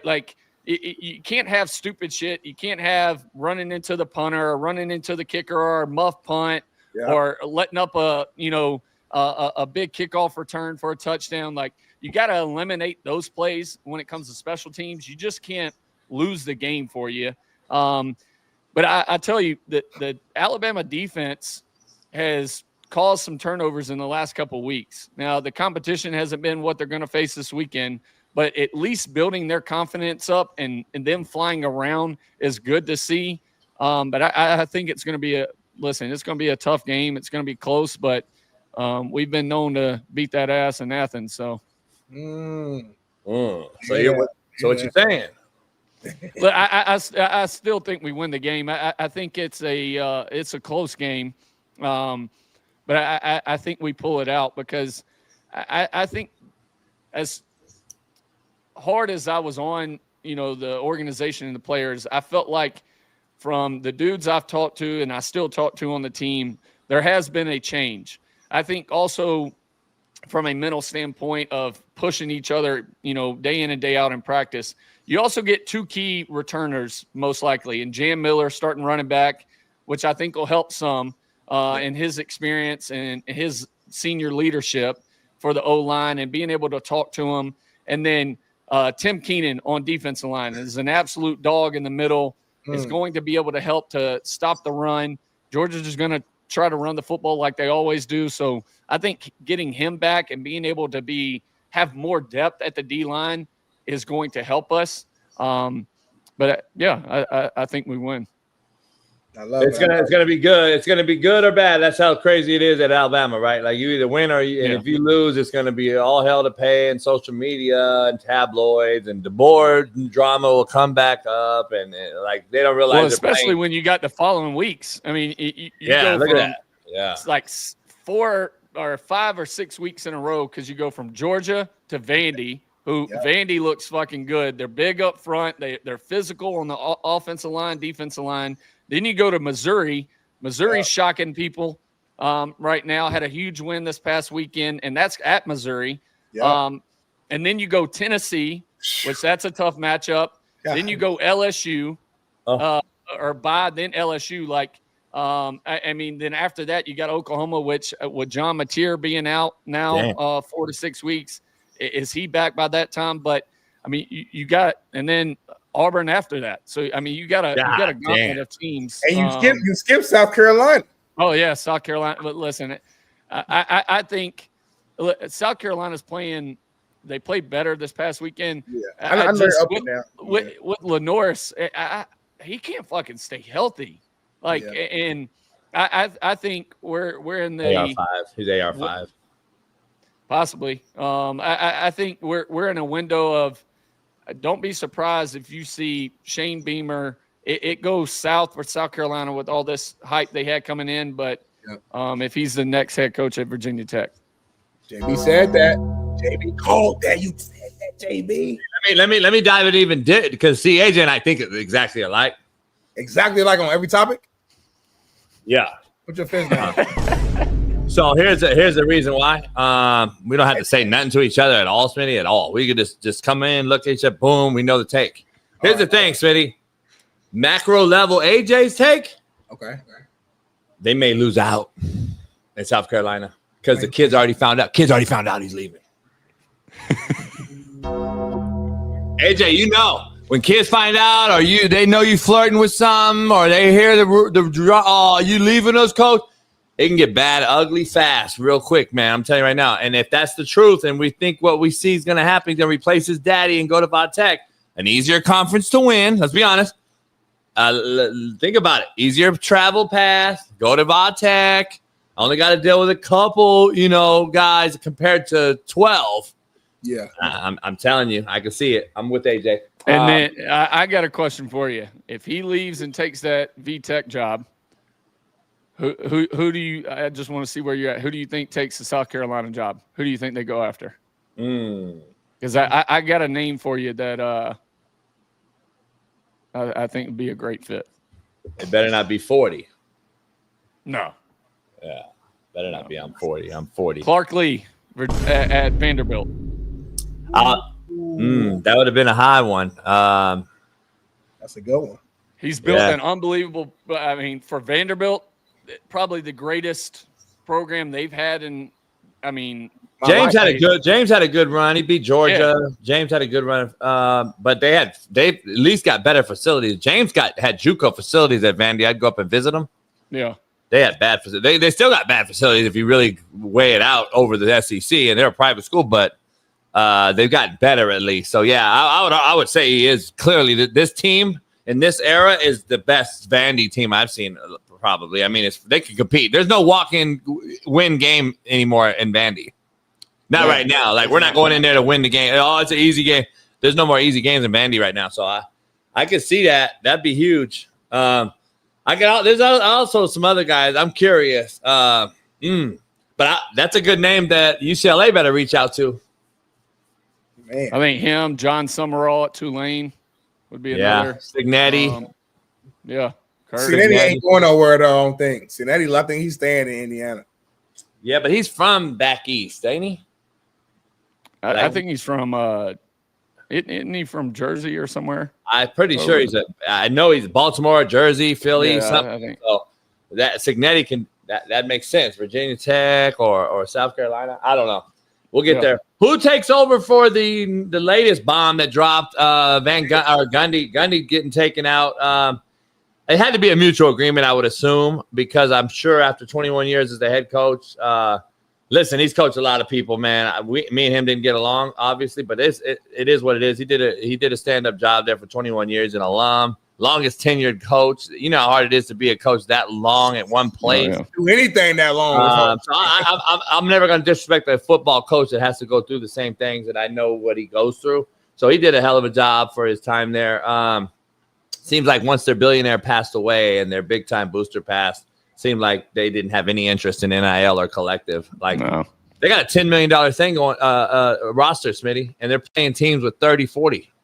Damn, yeah. Like that's how far like whoop, it's kind of falling off. So are you saying it's not really Gundy? It's really just the program? No, it's Gundy. Okay. So he just don't want to do it. Like if you don't want to do it, you know what I'm saying? Like you can tell he was out. He does not want to do it. He didn't want to do it. Like you could tell. And I think it was a mutual thing. Like, go ahead, let's let me go. You know what I mean? And they agreed to something because you haven't seen anything about it, any drama, buyout, severance. There's something. They paid him off. Here you go. And I don't know if he'll coach again. Like I truly don't believe he'll coach again. That's my gut. I mean, he's such a personality. I would think he's going straight to a TV job. Barstool or some shit. Yeah, somewhere. Him and Gruden. Right. Yeah. I mean, he's such a character from a sense of, press conference was always entertaining, whether you liked it or not. Like, I mean, he's going to have different avenues to be able to pursue. But you could tell it seemed like it was wearing his ass down. Like he didn't really want to be there anymore. And I don't know if just the grind, like I said, one of my last talks, Coach, when he was still coach with Coach Saban at Bama, he told me, he's like, I don't have enough days in the week. I need 9 days out of a week to be able to get shit done. And I saw it at that point. I was like, I came out of the back locker room and I told family that was with me at the game, I'm like, shit, he is done after this year. And I was told that before the season started that, hey, Coach is going to retire. By some people that play golf with him and do business with him off the field. And but after that talk, I was like, yeah, he's done. Who do you think is a fit here? That's Stillwater. I mean, you're in between Oklahoma City and Tulsa. I mean, it's a tough draw, man. The airport. I mean, the whole thing is kind of like it's not like a prime attraction, but you can win there. They got facilities, they got money, they have oil money. There's things you can do there. 100%. Listen, I think in today's age, if you want to compete or at least get the hype behind it and get athletes wanting to transfer there or at least entertain you talking to them, there's got to be some name recognition of some sort. And I'm not saying, hey, pass over all these guys that are smaller schools and are doing a great job, but to create some buzz around a program now that has fallen off like this, and especially in a conference like the Big 12 where you really can, if you just create some buzz from a head coach standpoint and give that money out early. I mean, hell, you can go win that conference. I mean, the conference is not that great from a sense of like there's not a ton of top dogs in that conference. So, I mean, I don't know. Hell, maybe like it's one of the names we mentioned, or you got to pay somebody that's retired, or hell, even from a maybe you go to UNLV and you get Dan Mullen and create some buzz that way. I don't know. Let me throw a couple of names out that I've already heard, which is crazy. Cliff Kingsbury. Do you think he would leave a coordinator role at the like? Does he want to be the question is going to be, does he want to be a head coach at the in the league again, or does he want to go back and be a head coach? Period, and go back and run a big time program, and that's kind of the thing for me. Like, where is he? I guess that would be the question he can only answer. So, everybody's got an an interesting name though, right? Oh yeah, I mean Cliff, that'd be a big name, right? And that'd make a splash into the college world. I just don't know with how it went down for him last time if. Yeah. That's something he wants to, and now coming back into NIL, if that's something. Listen, when you talk to coaches that have been in the league, in part of the NFL, and you ask them if they want to go back to college, they're like, "Fuck no." Yeah, they don't. Especially now, like hell, they don't get any free time. They don't see their families. At least in the league, you get free time. Yeah. What about Joey McGuire, who's built a Texas Tech team that seems to be using the money to get that money? I mean, he would have to question. In my opinion, he would have to say, "Are you matching my dollars for my roster that I'm getting in Lubbock?" Because like, if you're not, then I'm gonna stay in Lubbock. That just would be me. But Oklahoma State's a sexier appeal to me than Lubbock. I mean, the question there and the concern I would have for him is that money going to be guaranteed? Because guess what? You had the support behind you at Texas Tech when there was really nothing there. Yeah. And so now you got a good football team. I mean, that was a huge win this past weekend. They got some absolute dudes. The number 5, the receiver for them, an absolute dog. I thought the backup quarterback stepping in, played his ass off, made some big plays for him. I mean, everybody had Utah, I think, winning that game. Or they were hyped up more. So, listen, I don't know if you leave a program where you already know how much money you have and the support around you to go somewhere where it could possibly be a question mark. Because I think you can build the same thing in Texas at Texas Tech as you can at Oklahoma State. So, I mean, that's an interesting name. I just don't know if you take that risk. What about the cat at North Texas? That motherfucker's got him rolling right now. Eric Morris, I believe. Morris. He's interesting. They're 4-0. I ain't never watched Texas in my life. I know. He's averaging like I think he's been once in college. They beat us. He's a hot name, Smitty. They're averaging 45 a game. I mean, they smoked fucking Washington State, who a lot of people thought was decent. And then you got the young kid at Texas State also. He's only 36. What's his name? Kenny, I think. GJ Kenny. Listen, I think if Oklahoma State's going to go somewhere and they can't get the name, in my opinion, you got to go young, right? You got to go NIL portal guy, right? You got to go want a guy that wants to do it. That's my thing. North Texas, Texas State, both got young guys. Offensive guys. Stillwater wants to see offense. I don't know. Or you go Biff Poggi with millions of dollars and say, fuck it, Biff, come on in with your sweater and bring all your money. Like, you got to go one of the extreme or the other. I'm just telling you. No, 100%. I tell you what's interesting is how many schools you mentioned out of Texas. It just shows that the money they have down there, like all these schools in Texas that are successful this year, right? And the era of football we're in where it's pay to play and NIL and all this bullshit. Like, it's funny how a state with so much money has all these teams that look pretty good. Yeah, there's no That's doubt. real. That's real. Yeah, there's no doubt. It's going to be interesting. I can't. What about USF head coach Golish? Is he a name? Yeah, he's not a game. He's not a name. JB. Not for there. 3-1, rolling. I don't think for there. I mean, he was at Iowa State for a long time. I've known him a long time. His dad got him in the business. I don't think he. I don't think he fits that role. I know the guy. How about this guy right here? God damn. I think this would be a great fit. I mean, like, hear me out. Oklahoma State. JB. Hey, at least they got me like a little bit. Like, what is this? Like, look, I don't get it. You got this. You walk in with your chest out, homie. Like this. Oh yeah, the head is so much bigger though. Like that was like when I was like fat as fuck, like in 05 or something. That was last chance. You were like 2017. You were fat as fuck. You just lost weight, homie. You just lost weight. Like, oh shit. AJ, why they show that old ass? Like I've been the head coach at fucking everywhere. Bama, SC twice. Hey, UCLA. I'm the head coach of UCLA right now. The Oklahoma State picture's better than this one though. Yeah, it is. Like, it's got my. It's not a combo face. Right. Yeah. It's not a combo face between me, DeBoer. Like fuck, homie. The Bama picture look like you in like 20 years. Yeah, like fuck.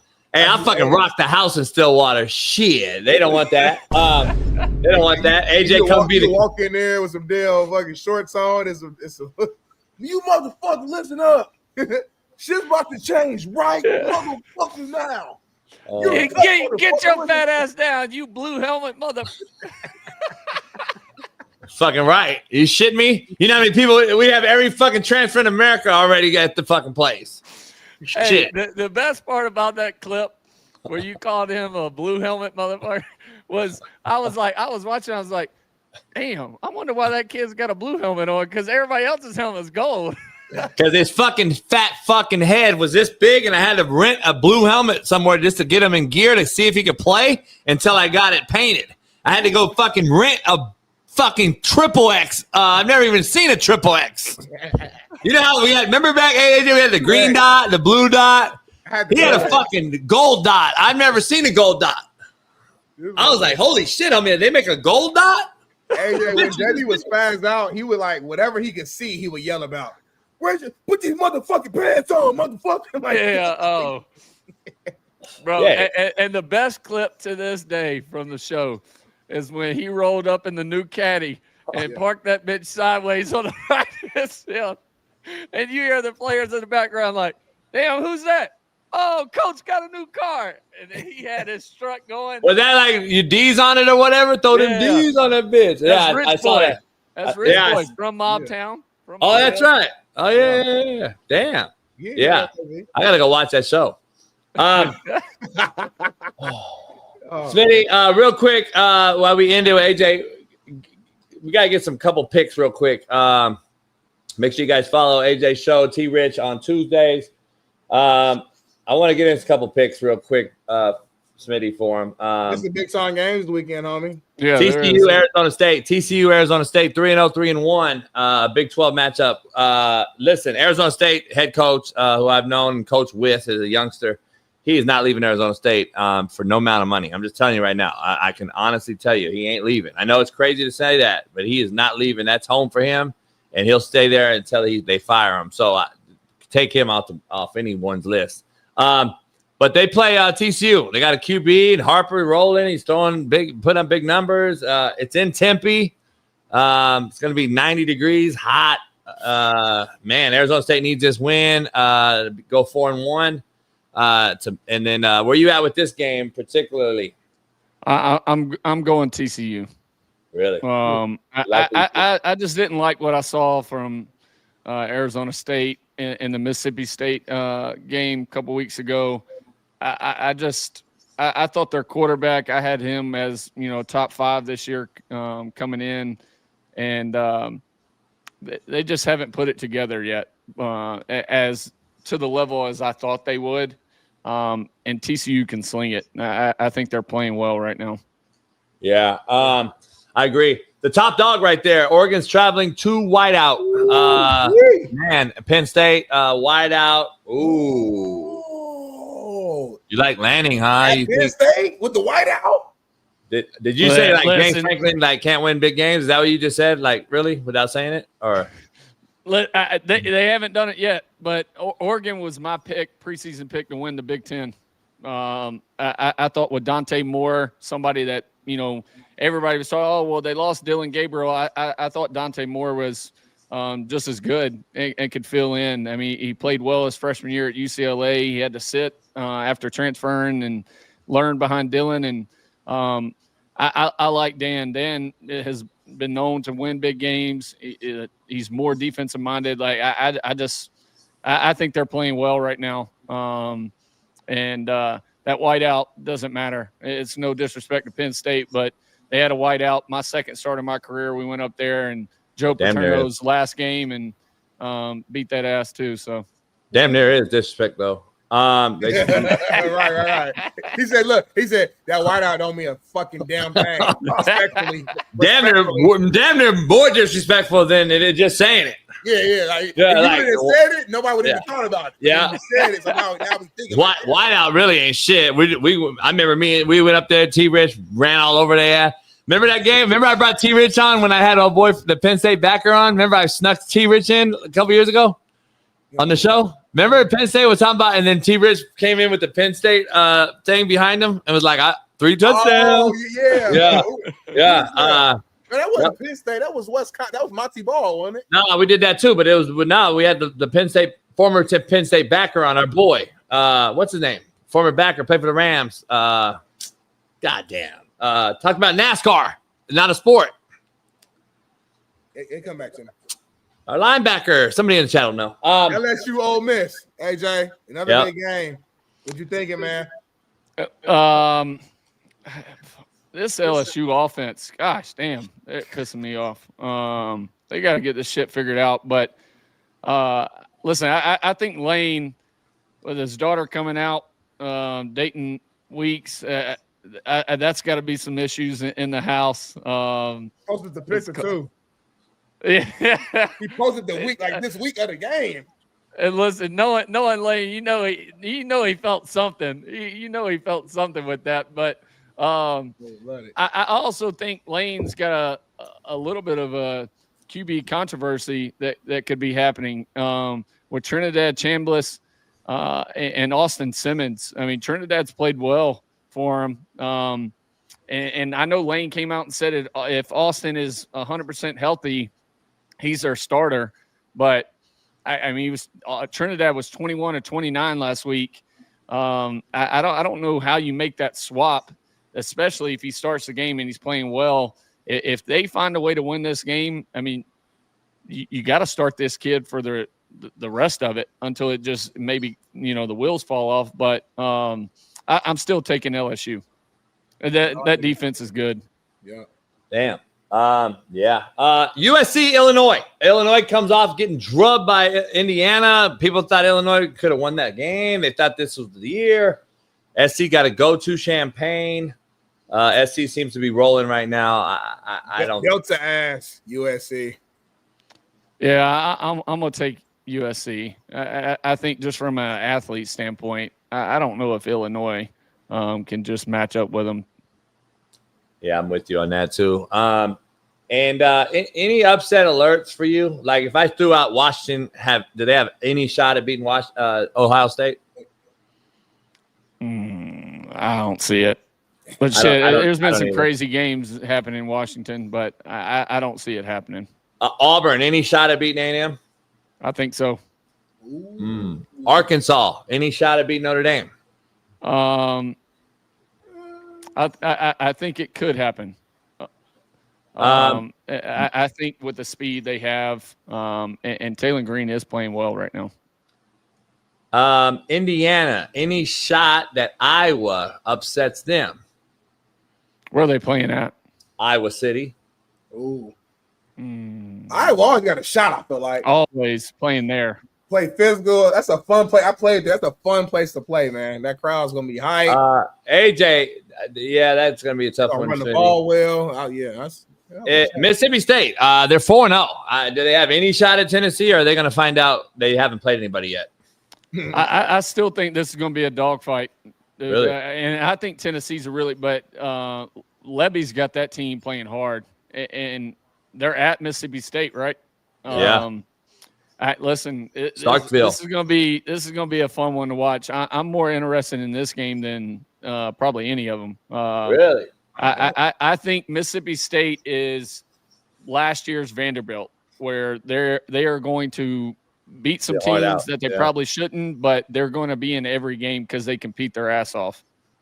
And then the last one, man, is going to be interesting. 3-0 Arizona, much improved team, takes on 4-0 Iowa State. Any shot Arizona knocks Iowa State off in Ames? QB's nice. I like the QB. SoCal kid, Polynesian. He can throw it, run. They got some talent over there in Arizona this year, Tucson. I wouldn't be shocked if they win, but I'm going to roll with my boy Rocco back. Yeah. We had his Pops on. Pop's a good dude. Pops coach you. Were you on that team? Yeah. I had him 2 years, St. Louis. That's right. Good dude, huh? Yeah. And you got Bama. Shit, I'm taking Bama all day. Are you speaking with your heart or your brain? No, I listen. I think they're playing well. The one thing, like I said, the one thing that concerns me is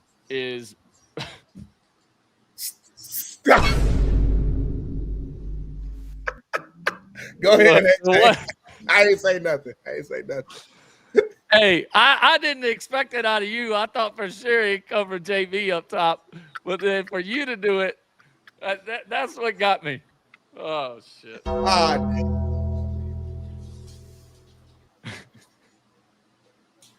ahead, AJ. Listen, I'm taking my boy Ryan, and I think as long as Bama can establish the run game, I think they can pull it out. But they got to be able to run the football. That's the one thing I'm going to be watching more than anything. If they can't, if they're not successful on the ground, I don't see them winning. Are you going to the game? Nah, we got baseball tournament this weekend, so my ass is going to be on a baseball field. Is that a glove that he has on, or is it painted?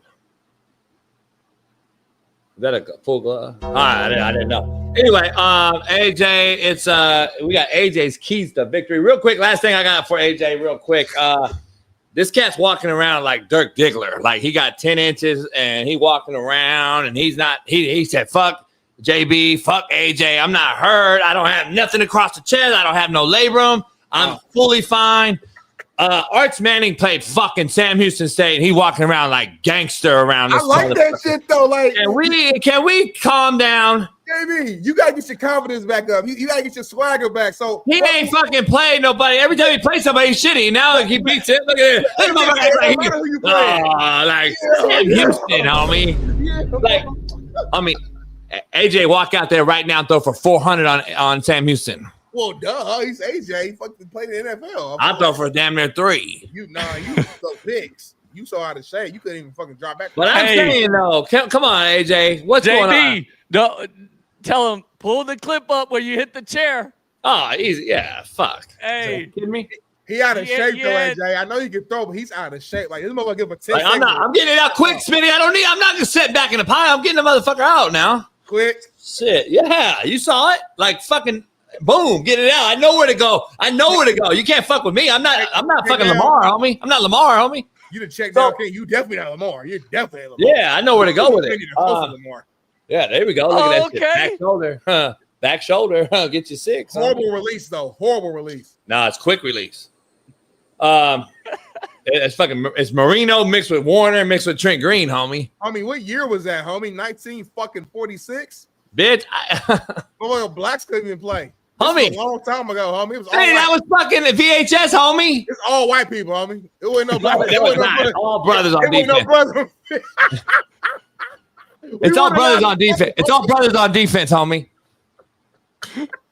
Hey, AJ, that was the receiver that caught that ball. Nate Turner played in the league for a long time. So anyway. Oh, damn. Yeah, we had dudes. AJ. Were we in Compton at that was Compton? That was Compton. But that was actually at Ventura. Hey, that's a good ball.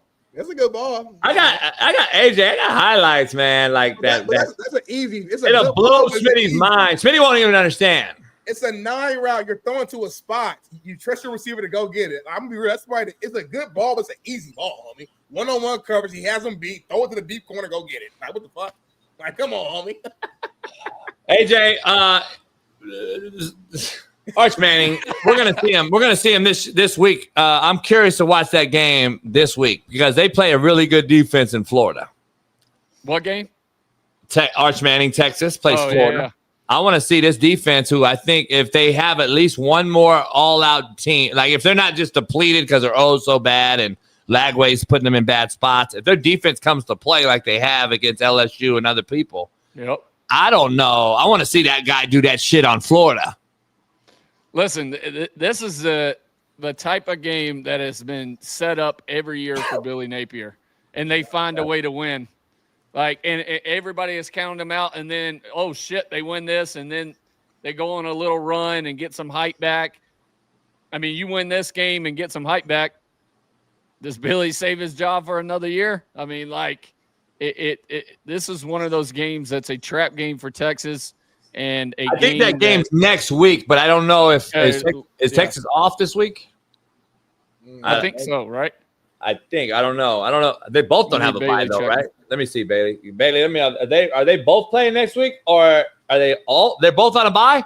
Yeah.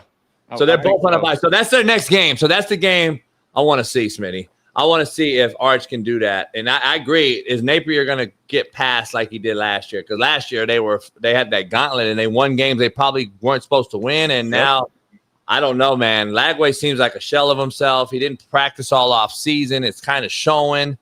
I think you know how it is, AJ. Your O don't do nothing. Your D's balling, and then now there's like pointing fingers in the locker room. You're shitty. You can't score no points. If you'd have scored points, we'd be undefeated. We should have beat LSU. You know the whole thing. So, 100%. And I don't believe Napier's the guy.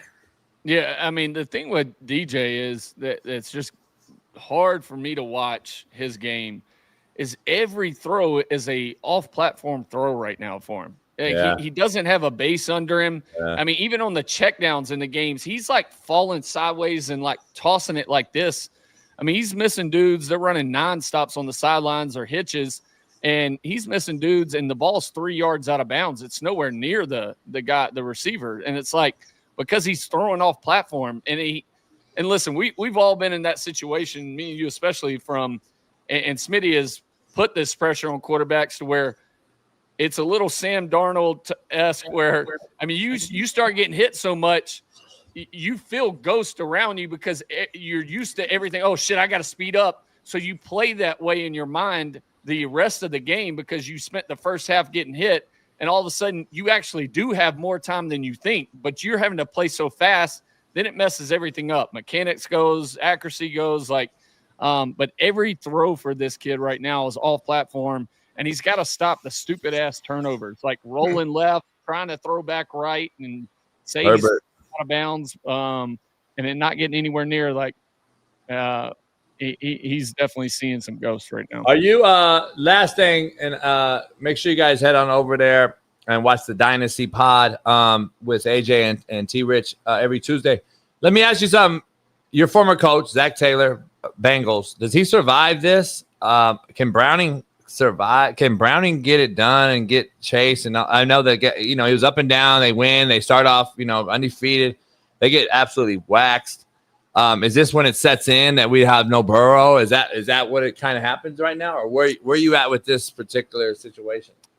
Listen, the thing is, if anybody has pull in that organization from a player standpoint and keeping coaches, it's Joe. And there's one thing that Joe loves is Zach Taylor. I don't think Joe wants to play for anybody else. So even if their defense continues to struggle, which it looked like the first couple of weeks they were better than what they were last year, but then you give up 48 or something like that to Minnesota. I can't remember. I want to say it was 48. Oh, it was bad. I think it was like 48-17 or something like that. But with wins. Two touchdowns were defensive touchdowns though. When I said Rodgers, with wins though. Yeah.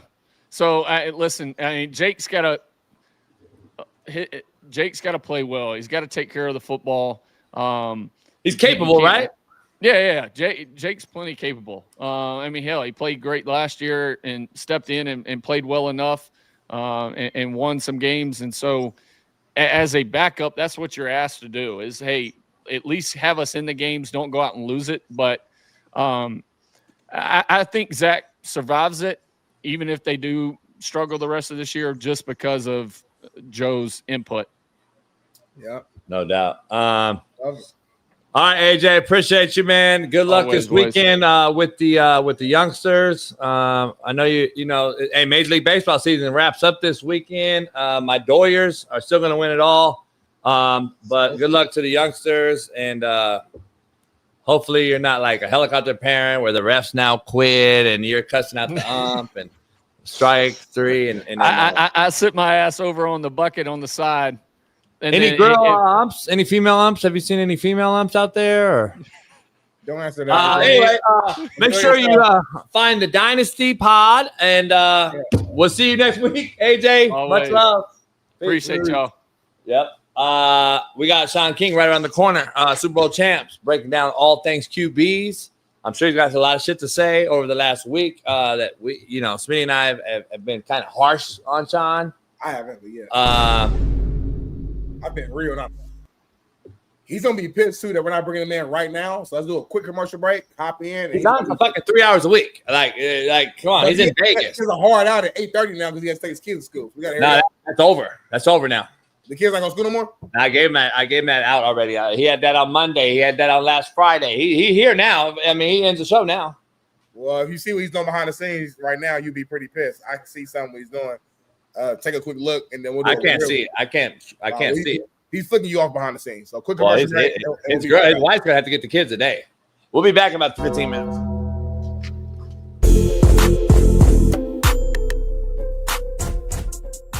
Hey, well, fuck it. I'll go home tonight. I'll drink my yak and smoke my stick, and I'll get it back cracking.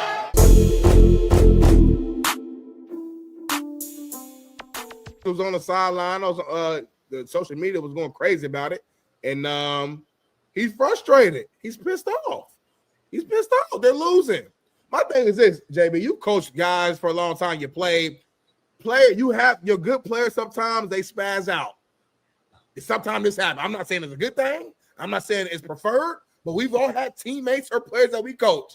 A handful, 3 to 5 players max on a team that their talent is so good that you just got to deal with that shit. You don't like it. We don't have a lot of time. We don't have enough time. We don't have enough time, and you're gonna make me talk about this shit for an hour, and we don't got enough time on every topic. Hurry up. And you're gonna make me talk about shit like this. You know damn well this ain't a motherfucker that we all have on our team. There's only a common denominator here. It's this fucking shitbird who does this on every team. There's a big difference, Smitty, on we got a guy on our team like this versus this guy does this on every team. There's a difference. It's called a fucking shitbird. It's a cancer. He's a fucking shitbird. Bottom line is he don't block. He's selfish as fuck. This generation's selfish as fuck. He don't want to fucking do anything else. And we act now like we're surprised. And the Dallas Cowboys shitty, JB. Give him a pass. He's just mad. Fuck him. I'd put that motherfucker out back and pillow his bitch ass. I'm fucking tired of these prima donna bitch-made motherfuckers. You were the same motherfucker in Pittsburgh, wasn't you? Yeah, just say he was. Just say, yeah, he was the same guy, coach. And he's the same bitch-made motherfucker that he is here, homie. We got to stop giving these motherfuckers passes. He's the same shitbird. By the way, Dallas don't need this, homie. Dallas needs a motherfucker to figure it out. Dallas needs a guy to say, all right, this ain't I was disgruntled in Pittsburgh. I apologize. I moved on. I grew up. No, you didn't grow up. You're still the same bitch-made motherfucker you are in Pittsburgh that you are now in Dallas. You haven't made us better, homie. You've made us worse. So you're fucking the same person that you were In Pittsburgh, homie. No, homie. I got to defend George Pickens real quick, though. Give him a pass. I ain't giving him a pass, but the Cowboys went and got him. Don't be surprised that the person you got is being exactly who they are. Don't go out here and you was out here fucking with a hoe who fucks everybody 24/7, and then you want to try to wipe her and she go cheat on your ass, and now you surprised. Don't be surprised, homie. George Pickens gonna be George Pickens, homie. You know he has pissy fits. You know he throws his head on the sideline. You know he's gonna punch somebody in the stomach during the middle of a game. You know he's gonna fucking argue with a player and get a penalty. You know he's gonna do all type of shit, but he gonna catch a touchdown too. He gonna one-hand touchdown that motherfucker too. So you knew what you was getting, homie. Don't be mad at him, but yourself, homie. You said something. Can you go back? Give me the fuck the whole reference again. Say it again. Man, don't be mad if you out here and you at a party and you run to a whore and she giving you head. You smashed her in the crib. Woo. It was so good that you had the genius idea that I gotta wipe this bitch. She look good as fuck. You wipe her and now she cheat on you and now you mad. Got it. So go ahead, Jaxson. You mean you're talking to Cardi B because you defended her the other day. And now it's okay. Stay on topic, homie.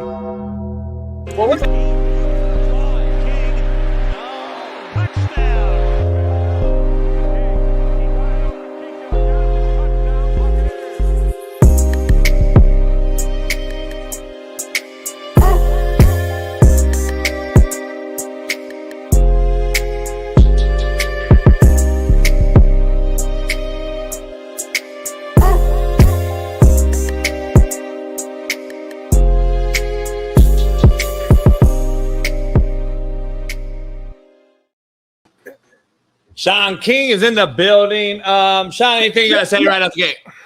What time does this 8 o'clock segment start? 8:08. In between 8:09-ish. It depends on everything that's going on. We got to pay the bills, too, and other things. Like, a lot goes on into this, a lot of production. You know how it goes. You've been on major networks. I need my full hour. So hold on, Smitty. Let's get something straight here. He can demand leaving early because he got the kids anytime he wants, and then he can demand he wants a full hour. Is that not BPS one-on-one? It's like whatever you want. I mean, it's BPS to the fucking T. I can't. I don't get it. Like he runs it. I'm scheduled for 8 to 9. I want on Wednesday, Friday. I don't want 8:08 to 9:20. I want 8 to 9. Oh, ain't no 9:20. I'm out at 9. I got meetings and shit today. Smitty has a contract till 9:15. He ain't got nothing to do. Yeah, he don't have a lot. It's funny how y'all think I got fired from one job. Yeah, I got no other jobs. Smitty, he literally texted the group checks yesterday because Paris had some BPS shit going on. She can't fucking figure out her job. And so Smitty said, I'm going to my second job, Paris, right now. So I can't help you. And I'm sitting there like, motherfucker got a second job. Like he's a part of all these make-believe organizations. They got like 6-month like gestation window. I'm like dude from Martin. I'm like RIP. What job do you got, homie? I mean, motherfucker got all kind of jobs. He was the president of the WNBA fan club about 3 months ago. Now I think that's moved on. I got an interview today too. I got an interview today. I got an interview at 2:00. Good luck. Interview with who? We're pulling for it. We're your biggest fans, man. With a sports network. Yeah, you succeed, we succeed. Yeah. You're Indiana Heat, or what the fuck's their name? The girls team. The Fever. They lost last night. They're tied up 1-1 in the series. But they've made some playoffs and are balling without Caitlin Clark. Yeah, Caitlin Clark's on the sideline cheering them on. So she really ain't shit. She really ain't shit then, huh? She ain't good? We've built a really good team around her. So now this year, we're probably not good enough to win it all this year. But now when we get all our players back, Sophie Cunningham, who's been hurt, we're going to get Caitlin back, obviously, who's hurt. Kelsey Mitchell has turned into a superstar. She finished the top MVP candidate this year. That's enough. That's enough. That's enough. It's football season. That's enough. Don't bring it up. Hey, little Nate Archibald be hooping. Who's that? They got like a little dude that played. Did you say a little dude? Yeah, little Nate Archibald be hooping. Did Where's OnlyFans? Is she playing still? They missed the playoffs, and that's not her name. I mean, she ain't played fucking for What's months. little Nate Archibald name? Little New York playground point guard y'all got. You talking about Odyssey Sims? You know the one. She looked like she grew up in the Rucker Park. You talking about Odyssey Sims? I wouldn't know her name if you said it. That's why I call little Nate Archibald. It's probably Odyssey because she's an OG vet. She be hooping. We picked her up after Caitlin got hurt. Yeah, that's what I'm talking about. Yeah, she be hooping. Yeah. I couldn't tell you. They could have the biggest fucking parade in American sports history. I wouldn't know. Odyssey for you. Odyssey played with Brittany Griner in college on that Baylor team years ago. He might have got fucked by him. Let's move on. Let's keep going. We got a lot going on here. A lot of topics for Sean. We don't need to know about We actually have no topic for Sean. I'm looking right now. There's no topics here. So we don't need to hear about Brittany fucking one of his former players. So Sean, let's dive in. Let's start with this, Sean. I gotta ask you this, man. I don't know if you saw this, but your brother, one of your closest friends, Ryan Clark. Oh, yeah. He said to Lamar Jackson. I'm watching this closely. Film this, Paris. Film this. Your best friend Ryan Clark says that Lamar Jackson needs to win a Super Bowl to continue the evolution of the black quarterback. Check out this. I want to say it to you, and I want to say it to Randall Cunningham, and I want to say it to Russell Wilson, and I want to say it to Michael Vick. This is the evolution of the position. Yeah. Without Randall Cunningham having to try to conform and be a pocket passer and also show his athleticism, we don't get to Michael Vick. And without Michael Vick accepting that and working to become a better passer, working to become a better leader, we don't get a Cam Newton. And if Cam Newton doesn't bring the style of play that he had the opportunity to bring from Auburn to the NFL and win an MVP doing it, we don't have a Lamar Jackson. Correct. See, we've needed at that position, because of all the negativity surrounding whether or not people like you can play it, we needed each of you to get to this point. Yes. And that's why we need Lamar Jackson to take that next step and hold that Lombardi trophy the same way we all cried when Doug Williams did it in the 80s. Yes. I didn't hear Sean King there. I didn't hear Dante Culpepper. I didn't hear Brooks. I didn't hear. No. Here's the thing. Like, you don't name everybody. Ryan is so passionate about what he says. He'll make like the non-knowledgeable person believe him. Like what should have been said was, well, damn, you just go discount what Jalen Hurts just did. And Mahomes is Mahomes black? Well, can we clarify? Is Mahomes black? But Mahomes' style is the style. Jalen Hurts is the style. Super Bowl MVP. And Jalen Hurts is the style of a Lamar. He runs first and all that throw. But so Mahomes not black to him. No, he is black, but his style is different. But not to him. See, you're not feeling me. He too light skinned. He too light skinned, homie. Like Ryan Clark's pro black. Like that motherfucker wants you to be like fucking Eddie Murphy in that motherfucker. Hey, like listen, he don't want no light skinned quarterback, homie. My frat brother means well, but sometimes he don't. He's misguided. Like if I was on this panel, I'm surprised Cam Newton. I didn't see the whole thing, so maybe Cam brought it up after Ryan finished. But I would have been like, so we just gonna discredit Jalen Hurts? I don't get it. Like Jalen Hurts is the reigning Super Bowl champion and been to two in a row, right? Been to two in a row, Smitty. Yeah, I agree with Sean 100%. Jalen Hurts was the name that immediately came to my mind. You know, for the longest I was coming on this show, and like before Jalen had won last year, and I was like, me and JB, we would go back about mobile dual threat quarterbacks, like not being able to like win it all. And I was telling JB, I said at some point though, JB, it's going to happen because most of the league is dual threat and whatever. So Jalen Hurts finally did it. To me, that is the evolution. That proved that you can be a dual threat, a run first quarterback, whatever you want to define it as, and go out there and win the game. And he is a full black man. So I agree with you 100% on that, Sean. It don't matter if he's a full black man.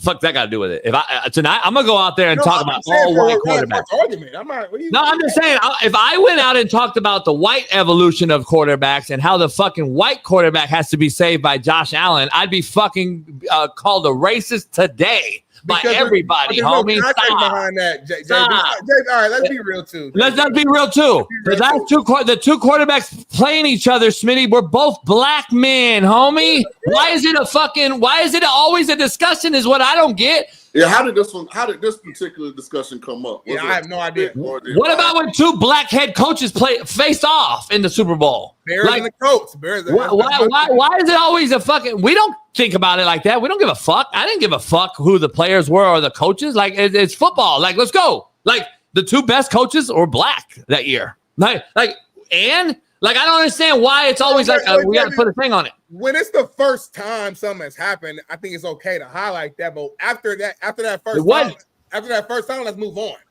Yeah, but it wasn't. That's the problem. See, this fucking idiot in the chat. Stay out of black business. But you're in my business, though, bitch. So, bottom line is, I want to make sure we're clear. So if without Cam Newton, Lamar Jackson is not born. I'm fucking confused as shit, homie. So you're telling me Lamar Jackson just don't play football? This motherfucker just don't pick up a football because Cam Newton didn't fucking play and it wasn't ever. We're acting like we're single cell organisms around this motherfucker. Like this Ryan Clark ain't smart enough to talk science with me, homie. Ryan Clark's a dumb motherfucker. So first of all, Ryan Clark wants to talk about fucking evolution now. Is this a single cell organism discussion, homie? Like Lamar Jackson wasn't nutted out. So fucking Lamar Jackson was playing fucking football already when Cam was playing, homie. Like, let's stop the stupid shit. This is a dumb conversation, homie. Like, let's call it what it is. Ryan Clark's not a fucking smart person. I just think Ryan gets misguided at times. And like Michael Vick wasn't around when Randall Cunningham. I think all he said, all he was trying to, the way I interpreted it, because I don't want to speak to somebody else, the way I interpreted that piece was that he was saying that, like, these guys paved the way. I have no context for how the conversation started, how it ended. I would say if I was talking to Ryan, the credibility of the content depreciated because of Jalen Hurts being the reigning Super Bowl champion and MVP. So for you to overlook that and kind of push past that to then put all of this I'm dumbfounded on Lamar Jackson, like I'm fucking dumbfounded right now because is there a clip, Bailey, of him actually saying what I'm hearing he's saying on Twitter? Did he say that a real black quarterback and just discredit Mahomes? Is that what the fuck he said? With a fucking Mahomes daddy is like as fucking black as it gets last time I fucking checked. Is that what the fuck he said, homie? Because if he said that, Sean, let's keep it real. He's clearly making it about race. If you call a light-skinned brother a non-fucking black enough quarterback, there's a problem, homie. There's a problem. Before we go in on it, though. But keep real, though. That's why I asked me. That's why I asked. I'm just saying. Let's be real. If that's what's said, homie, that's a fucking part. Mahomes dad do white people shit, though.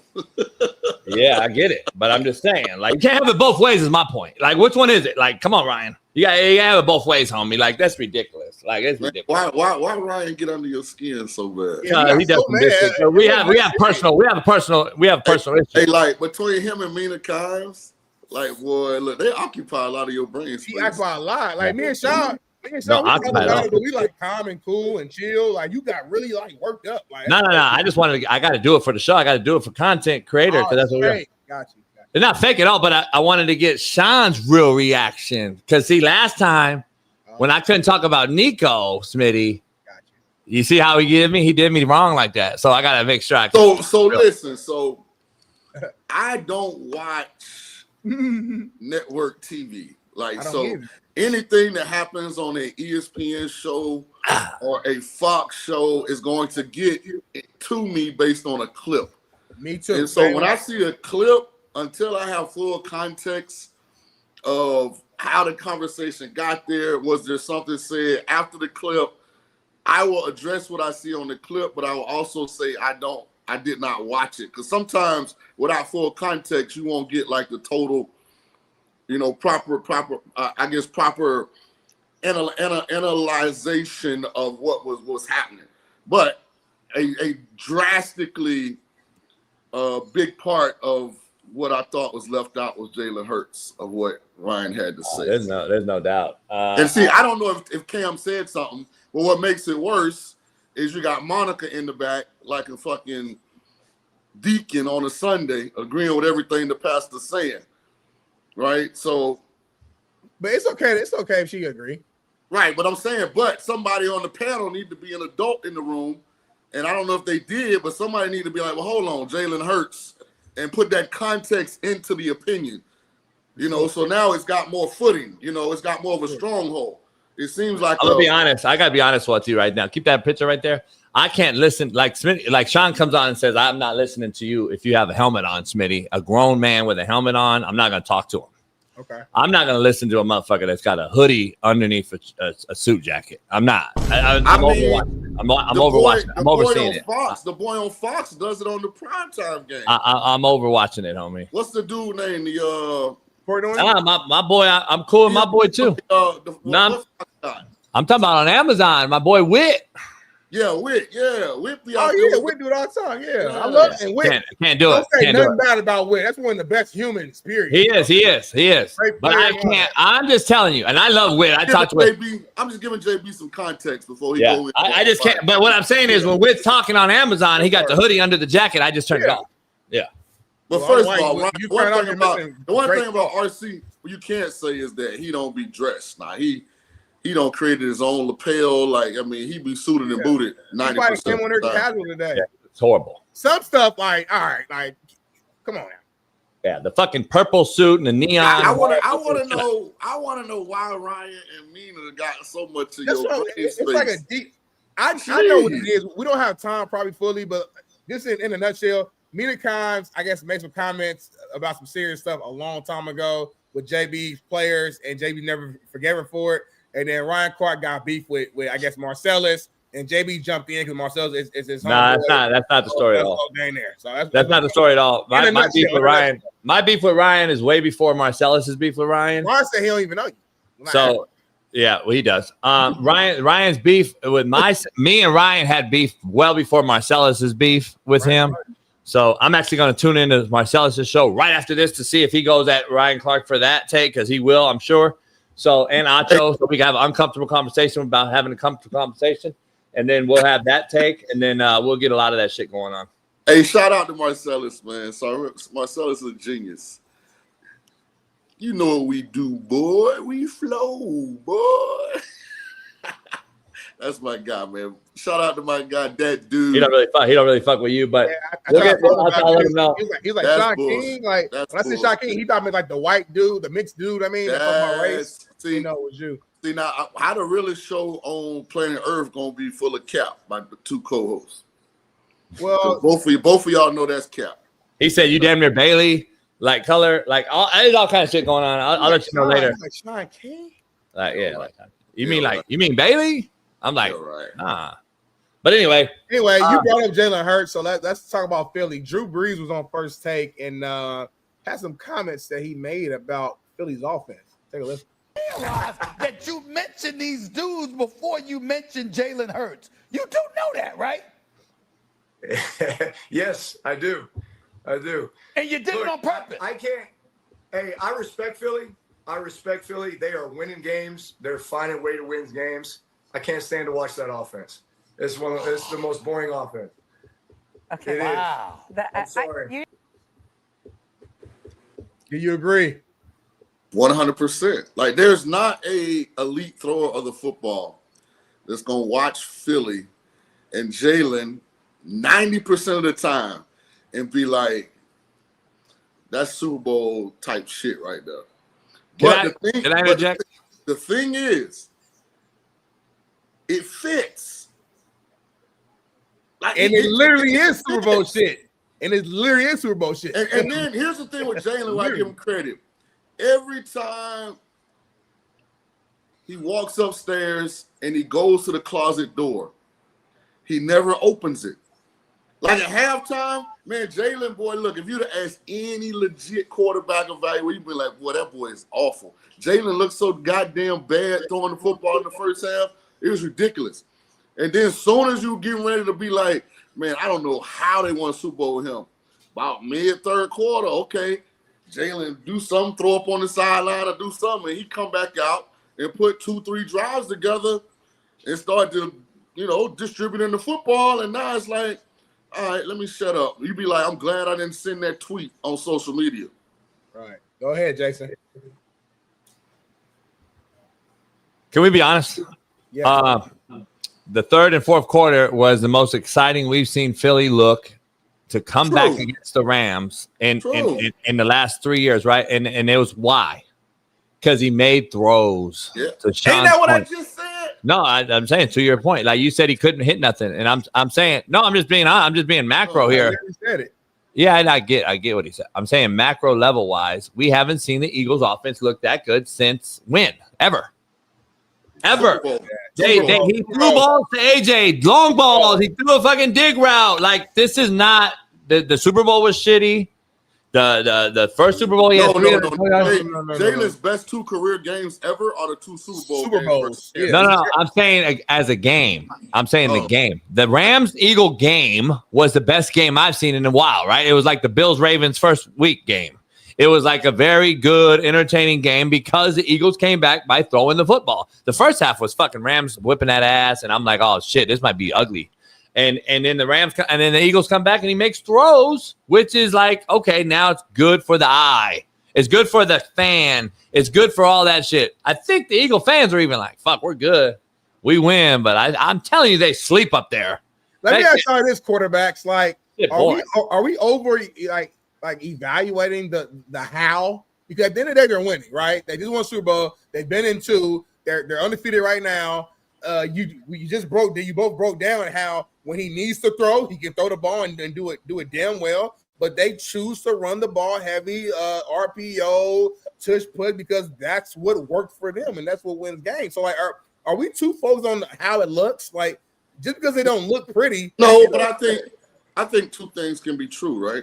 It can be. Like, look at what Indianapolis is doing with Daniel Jones. You look great. He's in the same system, but it looks a little more explosive on a consistent basis than Philly does. You know what I mean?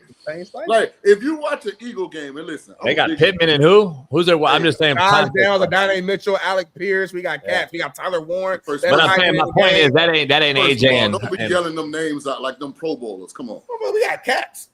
but my point is it ain't AJ Brown and fucking Smith. Right? Yeah, Devonta Smith. Come on.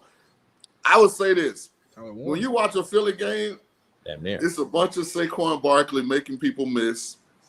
It's a little dink-a-dunk pass on 3rd and 4 to pick up a first down. It's defenses, for some reason, I still cannot imagine and understand why, on 3rd and medium to 3rd and long, not putting a spy on. Why? Right. They don't do it. 70% of the time, going to drop back and make you think he's going to throw and he's going to run for the first down. I have no idea. Or he'll be a yard short, and then you know what's coming next. And they're going to tush push. Like, that's the Eagles. And then on defense, they kind of not elite, but above average. Yeah, they good. So I get what Breeze is saying, though. He's not lying. In the same breath, I would tell Jalen, just get a little better, dog. Because he's got the ability. That's what makes it so frustrating. Because the first half, I'm watching that game. I'm like, boy, Jalen Hurts is awful. Like, not like struggling. Their whole offense was, though. When you shut down Saquon, they look bad overall, though.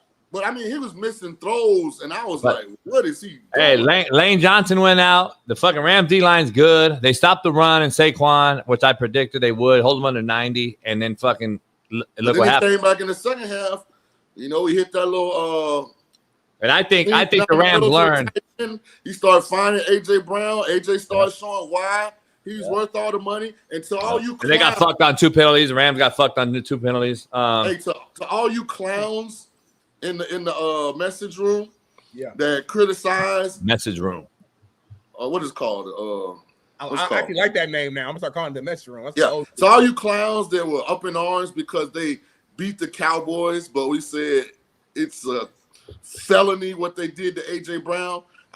Example A is the Rams game. A.J. wasn't even open on 60% of his catches, but he's a big, strong guy that can make contested catches if you just give him opportunities. My thing with Philly is they'll go a whole 2 weeks and A.J. won't see a target. I get it. And it is. It's serious. It's real. But they win, so they're 3-0. So I mean, hey, don't change nothing. But I get what Drew Brees was saying. By the way, why he got all them baseball bats behind in the office? His kids and shit, they all play, and he coaches. I think he coaches baseball. He's down here in San Diego. Yeah, look at the wall. Aren't those baseball bats? Oh yeah, they are. Yeah. Yeah. He's a baseball fanatic. I know that. You got that trophy in the middle right there, though. See, that's what a good quarterback does. They beat You us. see that, Smitty? He see everything. I see them. Yeah, I saw it right out the gate. I just didn't have to ask that question because it was very obvious that he had baseball bats behind his head. But anyway, real quick, can we dive into some things? Please do, Jaxson. Take over. Number one, I got to ask you, surprised or not that Gundy's out? So let me answer this real quick. I asked you a question, though. No, I said let me answer it real quick. Oh, you didn't enunciate. Go ahead. I'm not surprised because Oklahoma State is terrible. But there is a part of me that does wonder, can they do better? In 2025, that's not a good job. They're in the Big 12. They're not attached to Oklahoma conference-wise anymore. They don't have the the NIL capacity as, these big-time programs. I mean, where are they going to get players from and enough of those players to get back to what that fan base is used to? Because let's be honest, Stillwater was a hell of a place to go, especially on a weekday night game. That thing was rocking. Justin Blackmons and all the guys came through there. But is that even a good job in 2025? If you're asking me, I'm going to tell you, you answered your own question. You answered the question to me by saying they're in a conference that's not attached to Oklahoma. So I think it's a good job for that reason because they can dominate that conference, in my opinion. They're Oklahoma State. So if I were to tell you that Oklahoma State dominates that conference and goes to at least the playoffs, aren't they just the same thing as like a Penn State or a Notre Dame? They get there. So I think they'd be more pleased in getting there, right, than this team. So let's be honest. So it costs to play these days. Are they even a top three? They got $10 million budget right now. The $10 million is what they spent, and they're playing teams with 30, 40, 50 mil. Yeah, Texas Tech's NIL is bigger than theirs. I would imagine Colorado's is. I would guesstimate Houston's is. I know BYU, even though they probably don't use it in the same way, they got money for days. Like, I don't know where Oklahoma State is currently in the Big 12 from an expenditure standpoint. Here's the thing. They're going to have to shit or get out the pot. They can say all they want. At the end of the day, though, they got facility bills. They've got facility upgrades over the last few years. Their facilities are fucking nice. They're legit. Like, they got a fucking big-time Power 4 program. Okay. They can say administratively, we're not going to spend the money that others are. They can say that all they want. Eventually, they're going to have to pay the fucking bills. So if you're not going to sell that place out and you're not going to get BC or not BCS anymore, but you're not going to get TV money and playoff money and bowl game money, then you're fucked. And there's no way that because at the end of the day, the board of trustees is going to come down and say to the president, hey, guess what? We're going to vote your ass out of here. Football's king here. And if you don't think we're going to pay and go get some players here to be successful and be somewhat important again in Stillwater, you're fucked. There's no way this can go on very long. And I think this is the first step towards that direction because there's no way you lose to Tulsa. You can't do it. You can't lose to Tulsa. Yeah, like you're not as good a team as Tulsa. Like Tulsa, better team. Like Tulsa BTS. And there's no way. Do you know the difference? You would have to. You know how bad you would have to be. Put it in perspective, Sean. To be honest, to get beat the way you got beat versus Oregon. Like the disparity in talent, do you know the difference? Because that's like, if you watch that game, like Oregon was not trying, Smitty. Oregon threw a bubble screen and a motherfucker just basically just kind of trotted to the sideline. And then he figured he outran the whole team and then just turned up sideline. And I was like, what the fuck? Like he thinking he's just going to go out of bounds because, the pursuit's coming over the top. He looked around like motherfuckers ain't even like chasing him. Ain't even trying. Like, so you got an effort issue, which was the head coaching issue, right? He was tapped out. And then you got a talent disparity. The talent disparity has to be so great to get 70 put on you by another Power 4 program, though. And you got facilities that are comparable to Oregon. You got money, you got oil. They big oil money in Stillwater, homie. That's a big money town, regardless of what you want to think. So they're not just gonna sit there and let this fucking facility and this beautiful campus just go to shit. Nah, there's no way, right? Because the board of trustees and other people are gonna get involved, dog. There's no way. So I don't see it. I think it's a great job, personally. I think it's a hell of a job. I don't think it's an attractive job for a prominent sitting big time head coach. Was my point. I'd have the best quarterback in America next year if you gave me the job. Oh, I want you to get it. I'm on the way.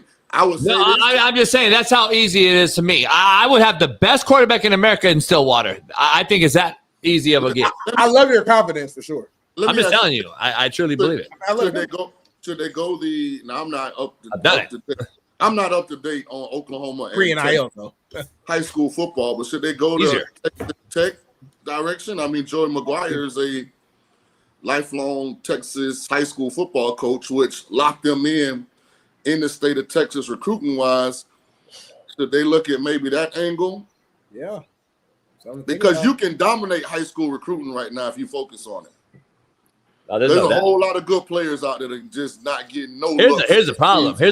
I think I led the show off by saying this because I just know a little bit of the intertwining and the workings that's going on. Now we got Chev right there at a D2 that's winning, turning it around. He's got it D1 experience as a coach and play caller, so he could be a guy of interest, to be honest. Here's the issue I have. Oklahoma State in Stillwater is so hop, skip, and a jump away from the best JUCO in America in Kansas, and they get 0 fucking players. You know why? Because the head coach rubbed all those coaches wrong, myself included, and we said, fuck you. We're not sending you a goddamn player. They ain't had a player from JUCO since goddamn Tyreek Hill went and got kicked out. So, like, I'm being honest. Like, you can't go and get guys 45 minutes from the state line, and you're thinking you're going to be competitive in an era where you can win with 2-year players right now? I can go get the best 2-year guys right now in Kansas, and you got NEO right in your state, another JUCO that's got talent, and you're not getting those guys? Come on, man. There's a problem. There's a problem, and it was with Gundy, and I think he now is gone, and now you got Broken Arrow, you got fucking Union, you got goddamn Owasso, you got Jinx, you got Big Smitty, who I think is a top 5 team in America this year in high school, and you're not getting those guys? And Tulsa's beating you up for Big Smitty kids? What? Dog, I'm just telling you. You can drink all the coconut. You can drink all the coconut water you want. I know the landscape of this shit, and I'll tell you right now, fuck around. I've been out 6 years, and I'll go in that motherfucker and bring a quarterback right now, like this. Hey, listen, if you get the state job, I'm coming. I know the position that I want. I'm not gonna get the job, so I know what I'm gonna ask to be paid, and we'll be good. I mean, I'll let you still do the show. If y'all do that, hire me as like the high school recruiter, because I want to be the. I want to be the. I can relate. What's your boy name? What's your boy name in North Carolina? Bill Belichick. No. You talk about the GM. You want to be the GM? Lombo. Yeah, I want to be a Lombardi. I like that. You be the Lombardi. I'll be your feet on the ground. You do what you're great at, and see you could deal with the quarterbacks because I trust you. And just let me. You know what? I got a problem. I got a real problem. I need to vent. I need to have a rant. It better be good too. I have a real problem. For years, you tried to cancel Coach JB's, Gruden's, Saban's, Belichick's, Coach K and Duke. For years, we've tried to cancel the guy that is the hard cuss, demand excellence, demand greatness, love the kid off the field as much as you do on it, but you just don't see that side of it. Please go show me a kid that talks shit about me publicly. I'll fucking wait, as you guys say. But having said that, we tried so hard to cancel guys like us that now they want us back in a fucking major way. Because Gundy couldn't control the fucking crowd at his place. Couldn't control it. Napier clearly cannot control his fucking troops. Look at the guys that can't control the troops in his fucking locker room right now. You need us back. Bad. I'm just keeping it funky. You need us back in a major way right now. You guys have 0 fucking nuts and guts, and you're letting these motherfuckers do whatever the fuck they want, and look at the product. Look at the kid after they leave your program. Look at the kid, what they're doing off the field that you never saw with a Saban, a JB, a fucking Belichick, a fucking even Urban, you saw the shit after Urban left. All that shit was hidden. You know why? They feared letting the man down because they loved him so much on the football field that all the shit you saw came out later. Just like it did with me and all these other shit, all these other places. Look at what the Saban. They need OGs back, Sean. And I'm just being real. The administrators need to shut the fuck up and stop with the bullshit and say, you know what? We need to bring a motherfucker in here that's really wanting to be the guy. Like, fuck all these kids. Fuck these kids. Like, it ain't your fucking way. You don't know better at 17 years old. I'm going to show you the way. If you want to listen, do it. If not, get the fuck out. We got guys now saying, oh, we got to sit. Nah, coach, I need to play right now as a freshman or I'm out. Oh, okay. Well, let me give you more money. Let me suck your dick. Like, nah, man, go. We're not doing that shit no more. I'm being honest. We're seeing it in a bad way right now, but nobody wants to talk about it. Nobody wants to bring that part of it up. And I've been talking to some OG coaches lately, like Sumlin and Sean and I talked to. And Sumlin's the same way. He's like, dude, look at the fucking landscape. Look at these soft motherfuckers coaching these dudes. And they're scared to do or say anything, Smitty, because A, this. And the second part is they're scary. They're like, look at who they are. They're scary. You got 36-year-old Texas State. You got 35-year-old North Texas. Yeah, they're winning there right now. Guess what? They're like the hot thing going right there in that little, shitty, mid-major. They can win there for a hot minute. Who don't they winning? They doing their job. No, that's what I'm saying. That's what I'm saying. A mid-major, and then he'll go. They'll get a job. They'll hire this young kid. He'll get a job at Oklahoma City, State, and in Stillwater. And then guess what? Now he has to adhere to the what? NIL. The kid that fucking tells him what to do because he's scared to lose him because he's in Stillwater now. He's at a big place. Nah, you got to hold the same weight. You got to be the same guy as you was at a fucking JUCO. There's JUCO guys right now that can go out there and do it. There's high school guys too, contrary to belief, but they won't ever do it. They want the sexy, big name guy, and they're not doing it, homie. Name me. There's 3 coaches in fucking college football that's won a title, Sean. You know this. People act like there's 20 of them. There's 3 of them. They're OGs too, by the way, aren't they? I don't know. Good take, dog. I'm just saying. I can't get over the fact. I don't think people realize it. I can't go over the fact that JB put himself. Thank you. In the same sentence with Nick Saban, Bill Belichick, and Mike Krzyzewski. Because you didn't listen. You just heard. You didn't listen. Old time, and I respect JB. I know JB. No. You guys didn't listen. You didn't listen. What I meant was, what I meant was, the same breath the motherfucking Warren Sapp, Aaron Donald, fucking like this motherfucker. He believed in himself. I respect it. Take Smitty out. Sean, I just checked Smitty out. His BP, he got BPS internet, can't fucking see him or hear him. So let me be clear. You heard me because you didn't grasp the concept of my whole overall take. My overall take was Smitty didn't listen. Smitty just heard. I know what you. The only reason I put my name in there because I was canceled just like the rest of them, and I'm the guy everyone saw. 400 million people saw cussing guys out, blah blah blah. So, and I know you're joking. I'm not serious. I'm just saying. But I'm just being real. But at the end of the day, like the OGs are done. Sean King, for instance, put his name in the mix. Why is he not in South Florida? Like, let's be honest. Come on, man. Life ain't fair, homie. It's never been fair. It's always been that way. It's that's the business. But you gotta stop dissing every coach. No.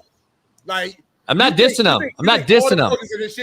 I'm not dissing them. I'm not dissing them. I'm not dissing them. What I'm saying is, at the end of the day, the more you get rid of us, the less you will ever see us again. Because now you're flirting with more females in the space, and I'm not joking either. You're flirting with more females in the space. You're flirting with more guys that are analytical guys who never had to go be a GA like Sean, go get the coffee, go do the shit we all had to do. Put thousands of hours in the office to learn how to draw a card. You're bumping those guys right over these guys, and now they're in the space, and then they're 32 years old getting head jobs now because they can speak well, talk well. They look like the kids now. If you notice, the guys coaching look like the kids as far as dress, demeanor, what they sound like. They look like these fucking kids. How can you look and talk like a kid as the head coach of a fucking major situation, organization, CEO, business, and expect respect. Fuck no, it ain't gonna work. And I'm just telling you. And look how bad it's gotten. I don't know. That's my take. It's a good take, and I get what you're saying. But that's why you see, that's why you see a lot of those guys you name. Also, they see the landscape changing, and they're not willing to compromise their morality and their character, so they just exit stage left. And I wanted to bring this up to back to Lambo.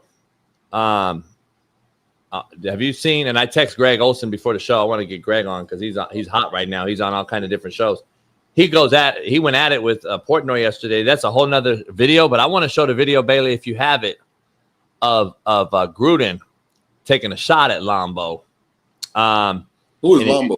Lombardi, the GM for North Carolina. UNC. So he was on with Greg Olson 2 days ago and Portnoy, and they were like they were talking and had a discussion going on. And Lombardi or Gruden? No, Gruden, Greg Olson, and Portnoy. Okay. And they do a show every week to start the week off for Fox or whatever.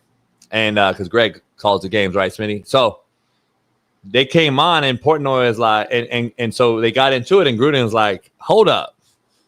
Lombardi's taking fucking shot after shot at me. Fuck Belichick. And basically like, I've never seen shit like it when he was kissing his girl before the game or whatever.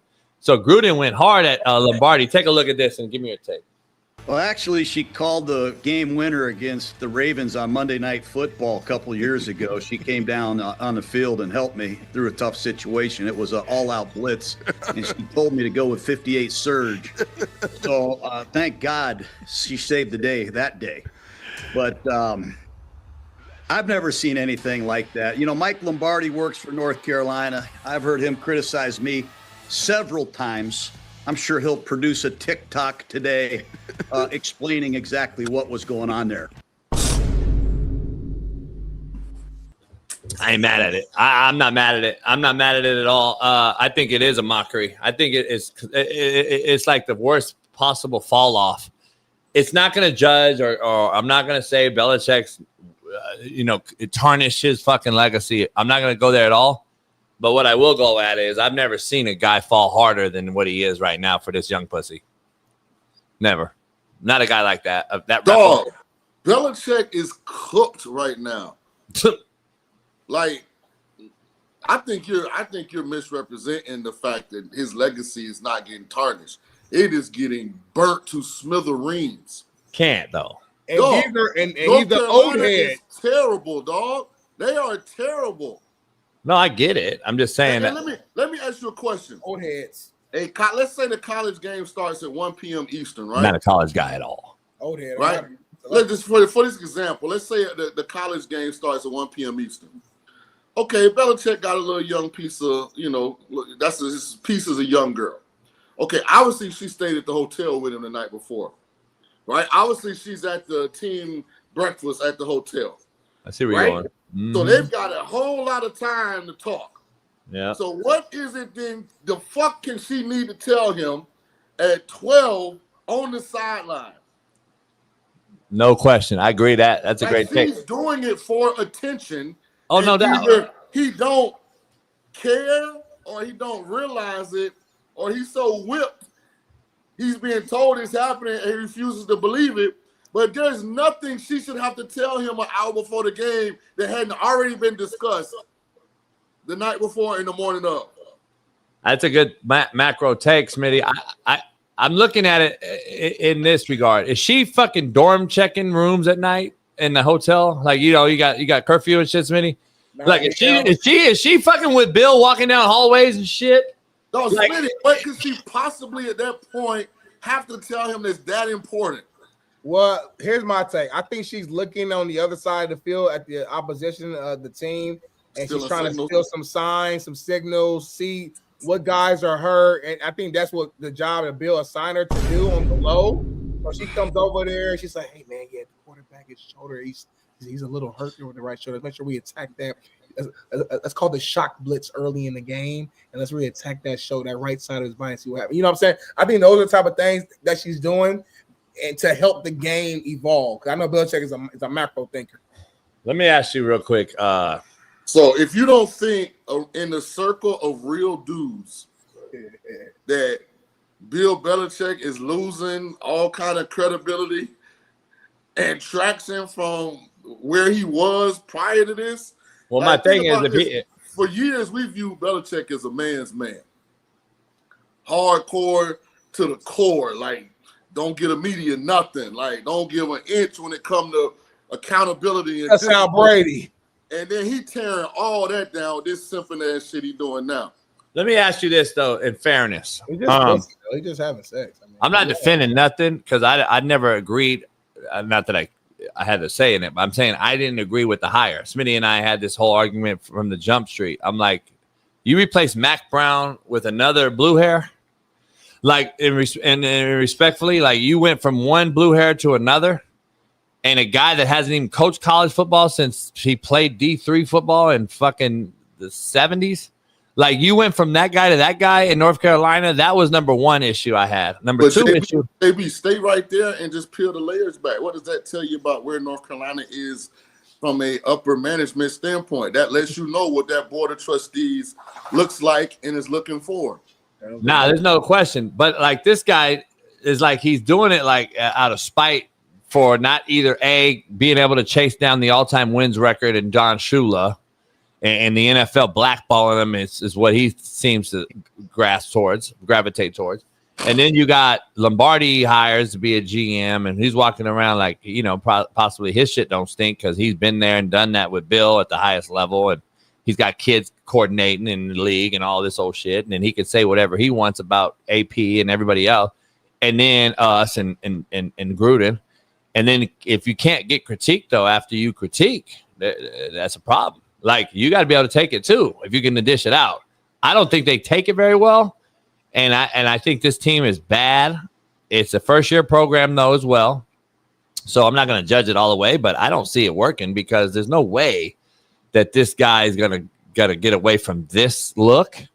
And like you said, if he's walking down fucking hotel hallways with her during the, you know, whatever. Sean, your point was great because the motherfucker's with her. So before meeting or whatever, the players are seeing her with them. This ain't a business trip no more.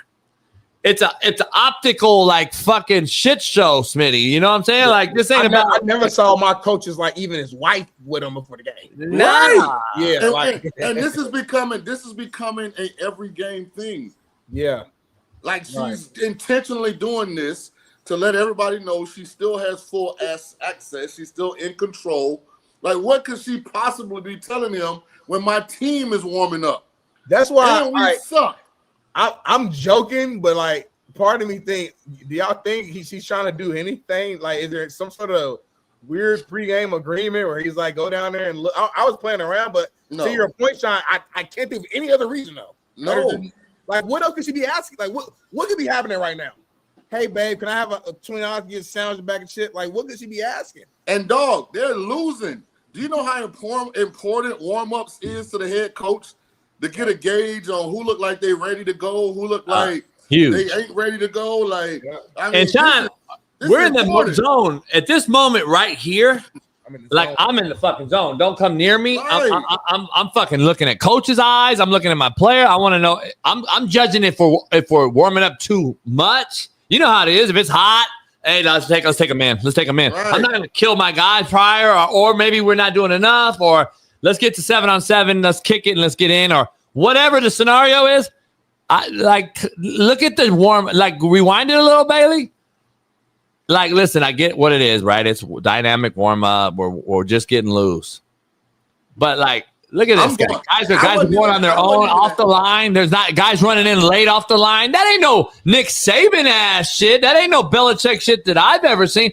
I'm just saying, people aren't gasping the little details. That guy right there wasn't even on the line. This guy runs in late right here. Look, he runs in late. Like, this is not Belichick, homie. You can't tell. Are they in straight lines? Are they tiered starts? Like, yeah, people act like it's not a big deal. It is a big deal if my head coach don't care. Because if the cat's away, the mice will play. Is this a clone, homie? Is this not the real Belichick? I'm hoping so. I'm hoping it's going to come out that the real one is locked up and kidnapped somewhere, and this is a clone because this is – I can't believe JB not attacking this more. This is the most simplest ass shit we've ever seen in life. JB's being nice because his homeboy, Lombo, who's came on our show multiple times, is the GM. So but we're not talking about Lombardi. We're talking about what's going on with Belichick. Yeah, and this but chick on the sideline before the game. Well, we got our boys there. I mean, Garrett's gonna call me after this. Hey, I work with Lombardi. Lombardi, I am asking you, what in the hell could Jordan Hudson have to talk to Bill about at this point before every game? Garrett's gonna call you today. This game. Hey, Garrett McGee's gonna call you today. All right, how about this, Sean? What? Tell me what's so important right here? Bill, Detroit focus on your team that's losing. What she's praying for him before the game. Okay, do that in the locker room before. And the last time I checked, the prayer warriors don't wear booty length skirts and knee length boots. It's a protocol and presentation that's saying that you. I'm gonna be real. You're not perfect, Sean. I mean, I pray every day, talk to God every day, very spiritual. If you're gonna represent yourself, I fall short. Smitty. If you're gonna represent yourself as a person of the clergy, there's generally an attire, a protocol from a dress code standpoint that goes with that. She can wear whatever she want to wear, but no cap talking about they praying. Let's get to macro here, Smitty. Is anyone not go back to that Bailey real quick? Keep it right. Is anyone peeping the cop? The cop. Are we being macro here? The cop has adjusted his glasses, his hat, his fucking look, his eyes for 4 or 5 times.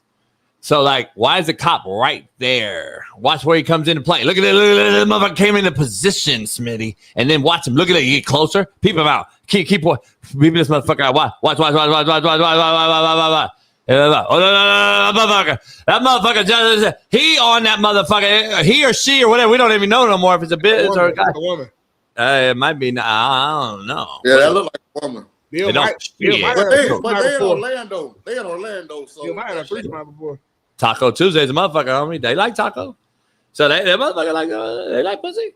Shit. Lombardi, get your boy, man. He looking sad in these streets, man. Yeah. He look like a we could have broke the case. I guarantee she go both ways. Oh yeah. This hurts me, man. Hey, Lombardi, get your boy, man. I guarantee she go both ways. Damn, dog. Can we get the real Belichick back? This is sad, man. I guarantee she go both ways. I think the cop's setting her up, homie. Yeah, I think the cop and her got something cracking. That's why you got the crazy video on the beach where the fucking Belichick's holding her up with his feet. Yeah. Your internet's so bad that it's almost. That's some yoga stuff, though. Like, that's some, people be into the yoga and stuff. Sean, before we leave and end it, give us your take on Mateer, because you said he was the greatest quarterback in the history of college football, and you were like, he's the best ever and all this shit. Along with JJ and B Thomas, you said those 3 guys probably the greatest ever to play. Where are you at with this kid breaking his hand or that bone? We had the doc on earlier. He kind of broke down the injury. I wanted you to tell the chat because I came out and broke down how important the thumb is to holding the football, Sean. My thumb's still so fucked up. When I press down, I still feel the arthritis, Smitty. Real shit. Like I could feel it on the ball. Sean, how important is this thumb on the ball when you hold it? Because without the thumb, we're fucked, right? You can't throw a ball. So where you at with Mateer? Because you can say the science is advanced and all this old shit, all you want. At the end of the day, that thumb ain't healing overnight. And if you got to put a pin or a screw in it, Sean, where you at with Mateer and how much of a setback is this? Is Oklahoma still your favorite? So I wanted to look it up just to make sure I wasn't lying. I had a future on Mateer at 16-1 that I got before the season, and Oklahoma at 25-1 that I got before the season. Mateer to win the Heisman and Oklahoma to win the SEC. And I'm pretty sure they both just went up in flames. So terrible news for me regarding my futures plays that I had. So fuck Mateer. It's really coming down to you and your. Yeah, he's gonna be all right. Yeah, he'll be all right. I mean, shit, you come back from you can't play. If it's your throwing hand, it's hard to play through it, but you come back, he'll be all right. Don't worry about my bet.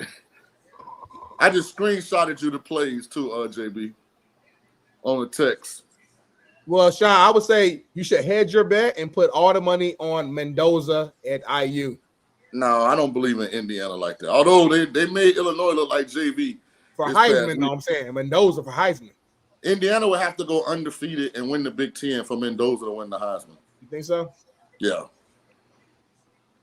Can anyone name me one player at Oklahoma State? Mike Gundy. I know Ollie Gordon from last year. Like, who's their quarterback? I haven't watched the game. Hey, Oklahoma State, if y'all are listening, listen. Come holla at my dog. If you get JB, you get King. If you get King, you get me. Yeah, I need an assistant. Smitty could be my assistant. No, real shit. I'm humble. I'll do that. Like, you give me the assignment, I'll go out there and hustle the street, go to the high school, travel, talk to the kids. You just give me the list of players. I got you. Flores is the fucking guy, the name? Flores in fucking Stillwater? That is that fucking number one alarm right there, number one. That's like damn near having Mendoza in Indiana. But anyway, we're gonna get to Sean on Friday, break down all the picks for the weekend. Yeah, I gotta help everybody make some money back from my Clemson pick last week. We're gonna do that Friday. We got a lot of big act this weekend, Sean. We got Ryder Cup too. You and I are gonna make some bets on the Ryder Cup on the golf side. Then we got Major League Baseball season wrapping up. And then we got Micah Parsons returning home to face Dak. And then we got the Ravens and the Chiefs. And then we got, a lot of shit. Did Michael play against the Browns? Your Bucks going against the Eagles. We're banged up. You're banged up with no Mike Evans. And then we got, a lot of college act. You got Bama, Georgia. AJ just came on. College weekend, yeah. Yeah, I'm looking forward. I'm fast forwarding into my brain already till next week though, when Texas takes on Florida, because I want to see Arch Manning act like he did against Sam fucking Houston State against Florida defense. First of all, I say this about Arch Manning because you're being too hard on the kid. Listen, through no fault of his own, and I've said this from before the year started. The expectations were so ridiculous and such lazy takes. Yeah. Like, how in the hell could somebody that is on a huge platform project Arch Manning to be the number one pick in next year's draft based on what that you've seen from the sample that we've seen from Arch Manning? Right. Like, that's ridiculous to put that kid under them kind of expectations. Treat Arch Manning like what he is. This is his first time being a full starter at the University of Texas. The objective, at least for me, was let me see if Arch Manning is better at the end of the season than he is at the beginning. That's what I'm evaluating him on. This raise your hand thing is ridiculous, dog. It's the fucking Coach JB show. If you got something to say, look, you got Smitty name down, you can't even read it. Like, that don't go unnoticed. It's in cursive, and yours is in regular script. I tell Bailey that and JB, they don't give a fuck about me. Hold on, we got to figure this out real quick because there's guys like Rio in the chat and shit. And what we're not gonna do is taking a playbook, playing something out of your playbook. What we're not gonna do on this show is allow like Rio to agree with Sean King just because they're black, and then other guys in the chat to come out and say fact we're too harsh on Arch Manning. You are. Hold on, time out. So you mean we put him on a pedestal like we did Travis Hunter?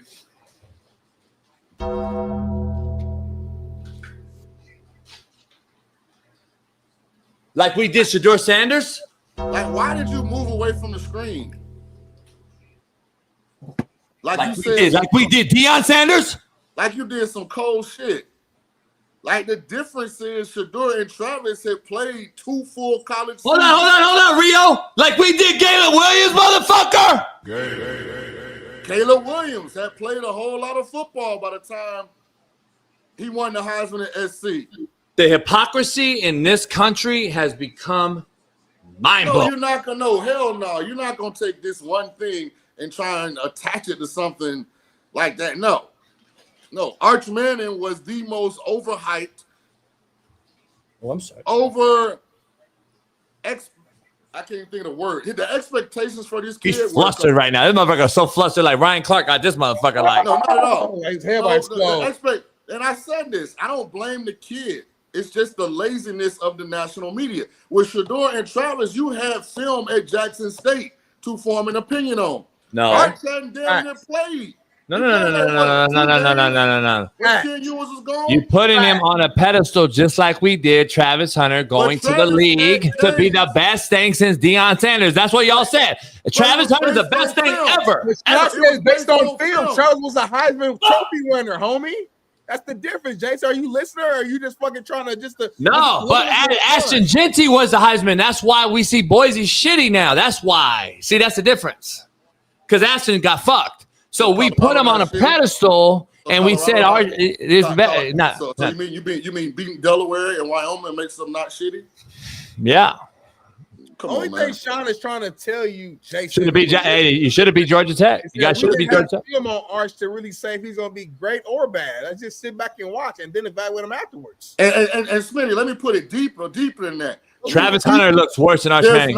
There wasn't enough film on Arch to make the gestation period be immediate. Yes. I said you never saw me talk about him. I've been saying the same thing since the offseason. I said Arch is like Josh Allen at Wyoming. If you go look at Josh Allen's Wyoming film, it is not that good initially. See, Arch, I'm that's a horrible take. Arch the same. That's one of your worst takes. I'm the same kind of player. That might be one of your worst takes. That might be one of your worst takes. Go look at Josh Allen, Wyoming, missing wide open guys. Form was different. Even Josh Allen rookie year in that field was really bad, homie. Time out. You're shitting me. Are you shitting me? He's not. He's not saying Arch is going to be Josh. Hold on. No. I get what he's saying, but I'm calling cap because Aaron Rodgers and Josh Allen both went JUCO. They played Northern Cali JUCO. I knew right away when their JUCO film that these motherfuckers are freaks. So guess why he didn't go nowhere big? Because he was at a small, shitty Northern Cali JUCO. So Wyoming came knocking, the first thing coming, and he said, fuck it. I took it to get out of that shitty JUCO. We knew the talent level. Arch Manning played a bunch of stiff, white, fat, wobble-body Gorjons in high school. And I'm sitting there thinking, oh, shit, he ain't played nobody. I don't see what the hype's about. I'm the only motherfucker that said I don't see the hype. All these other motherfuckers put him on a pedestal, put the pussy on a pedestal, just like we did Travis Hunter. He wasn't no good from the jump. I'm just saying Arch Manning's shitty. Hey, you got to get off that fentanyl, dog. That shit is impacting your. And it's real strong. And if you take too much of it, it can affect you to a point where you can't even walk straight. I've seen videos. I know that bar got a lot of hiding places. Man, you take Tylenol? Do we need to go do an intervention? No, our president said we can't take it no more. So I'm just gonna have a headache. And all the left's taking it like a motherfucker. They just to prove them wrong. ODing on Tylenol, homie. The left is not smart. Hey, Sean, it is 9:20. You said you wasn't gonna stay until 9:20. So let's go ahead and hop off here, Sean. 9:09. The show's too short. Sean, a lot of people think we should go longer, like a whole another hour. I swear I'm not doing it. Yeah. But anyway, Sean, we'll see you Friday for all your picks, and don't fuck nobody this time. Don't give people picks and then go back and bet the opposite. We need to see your slip, Smitty. Right on Underdog this week, we got to see his slip. Yep. Yeah. He's not gonna go tell everybody to go bet Georgia Tech and then go fucking bet Georgia. Hey, I'm gonna leave y'all with this. Lombardi, get your boy.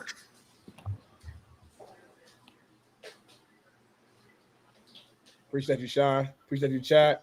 We'll see y'all tomorrow for another Coach JB show. Big Smitty. We out. Peace.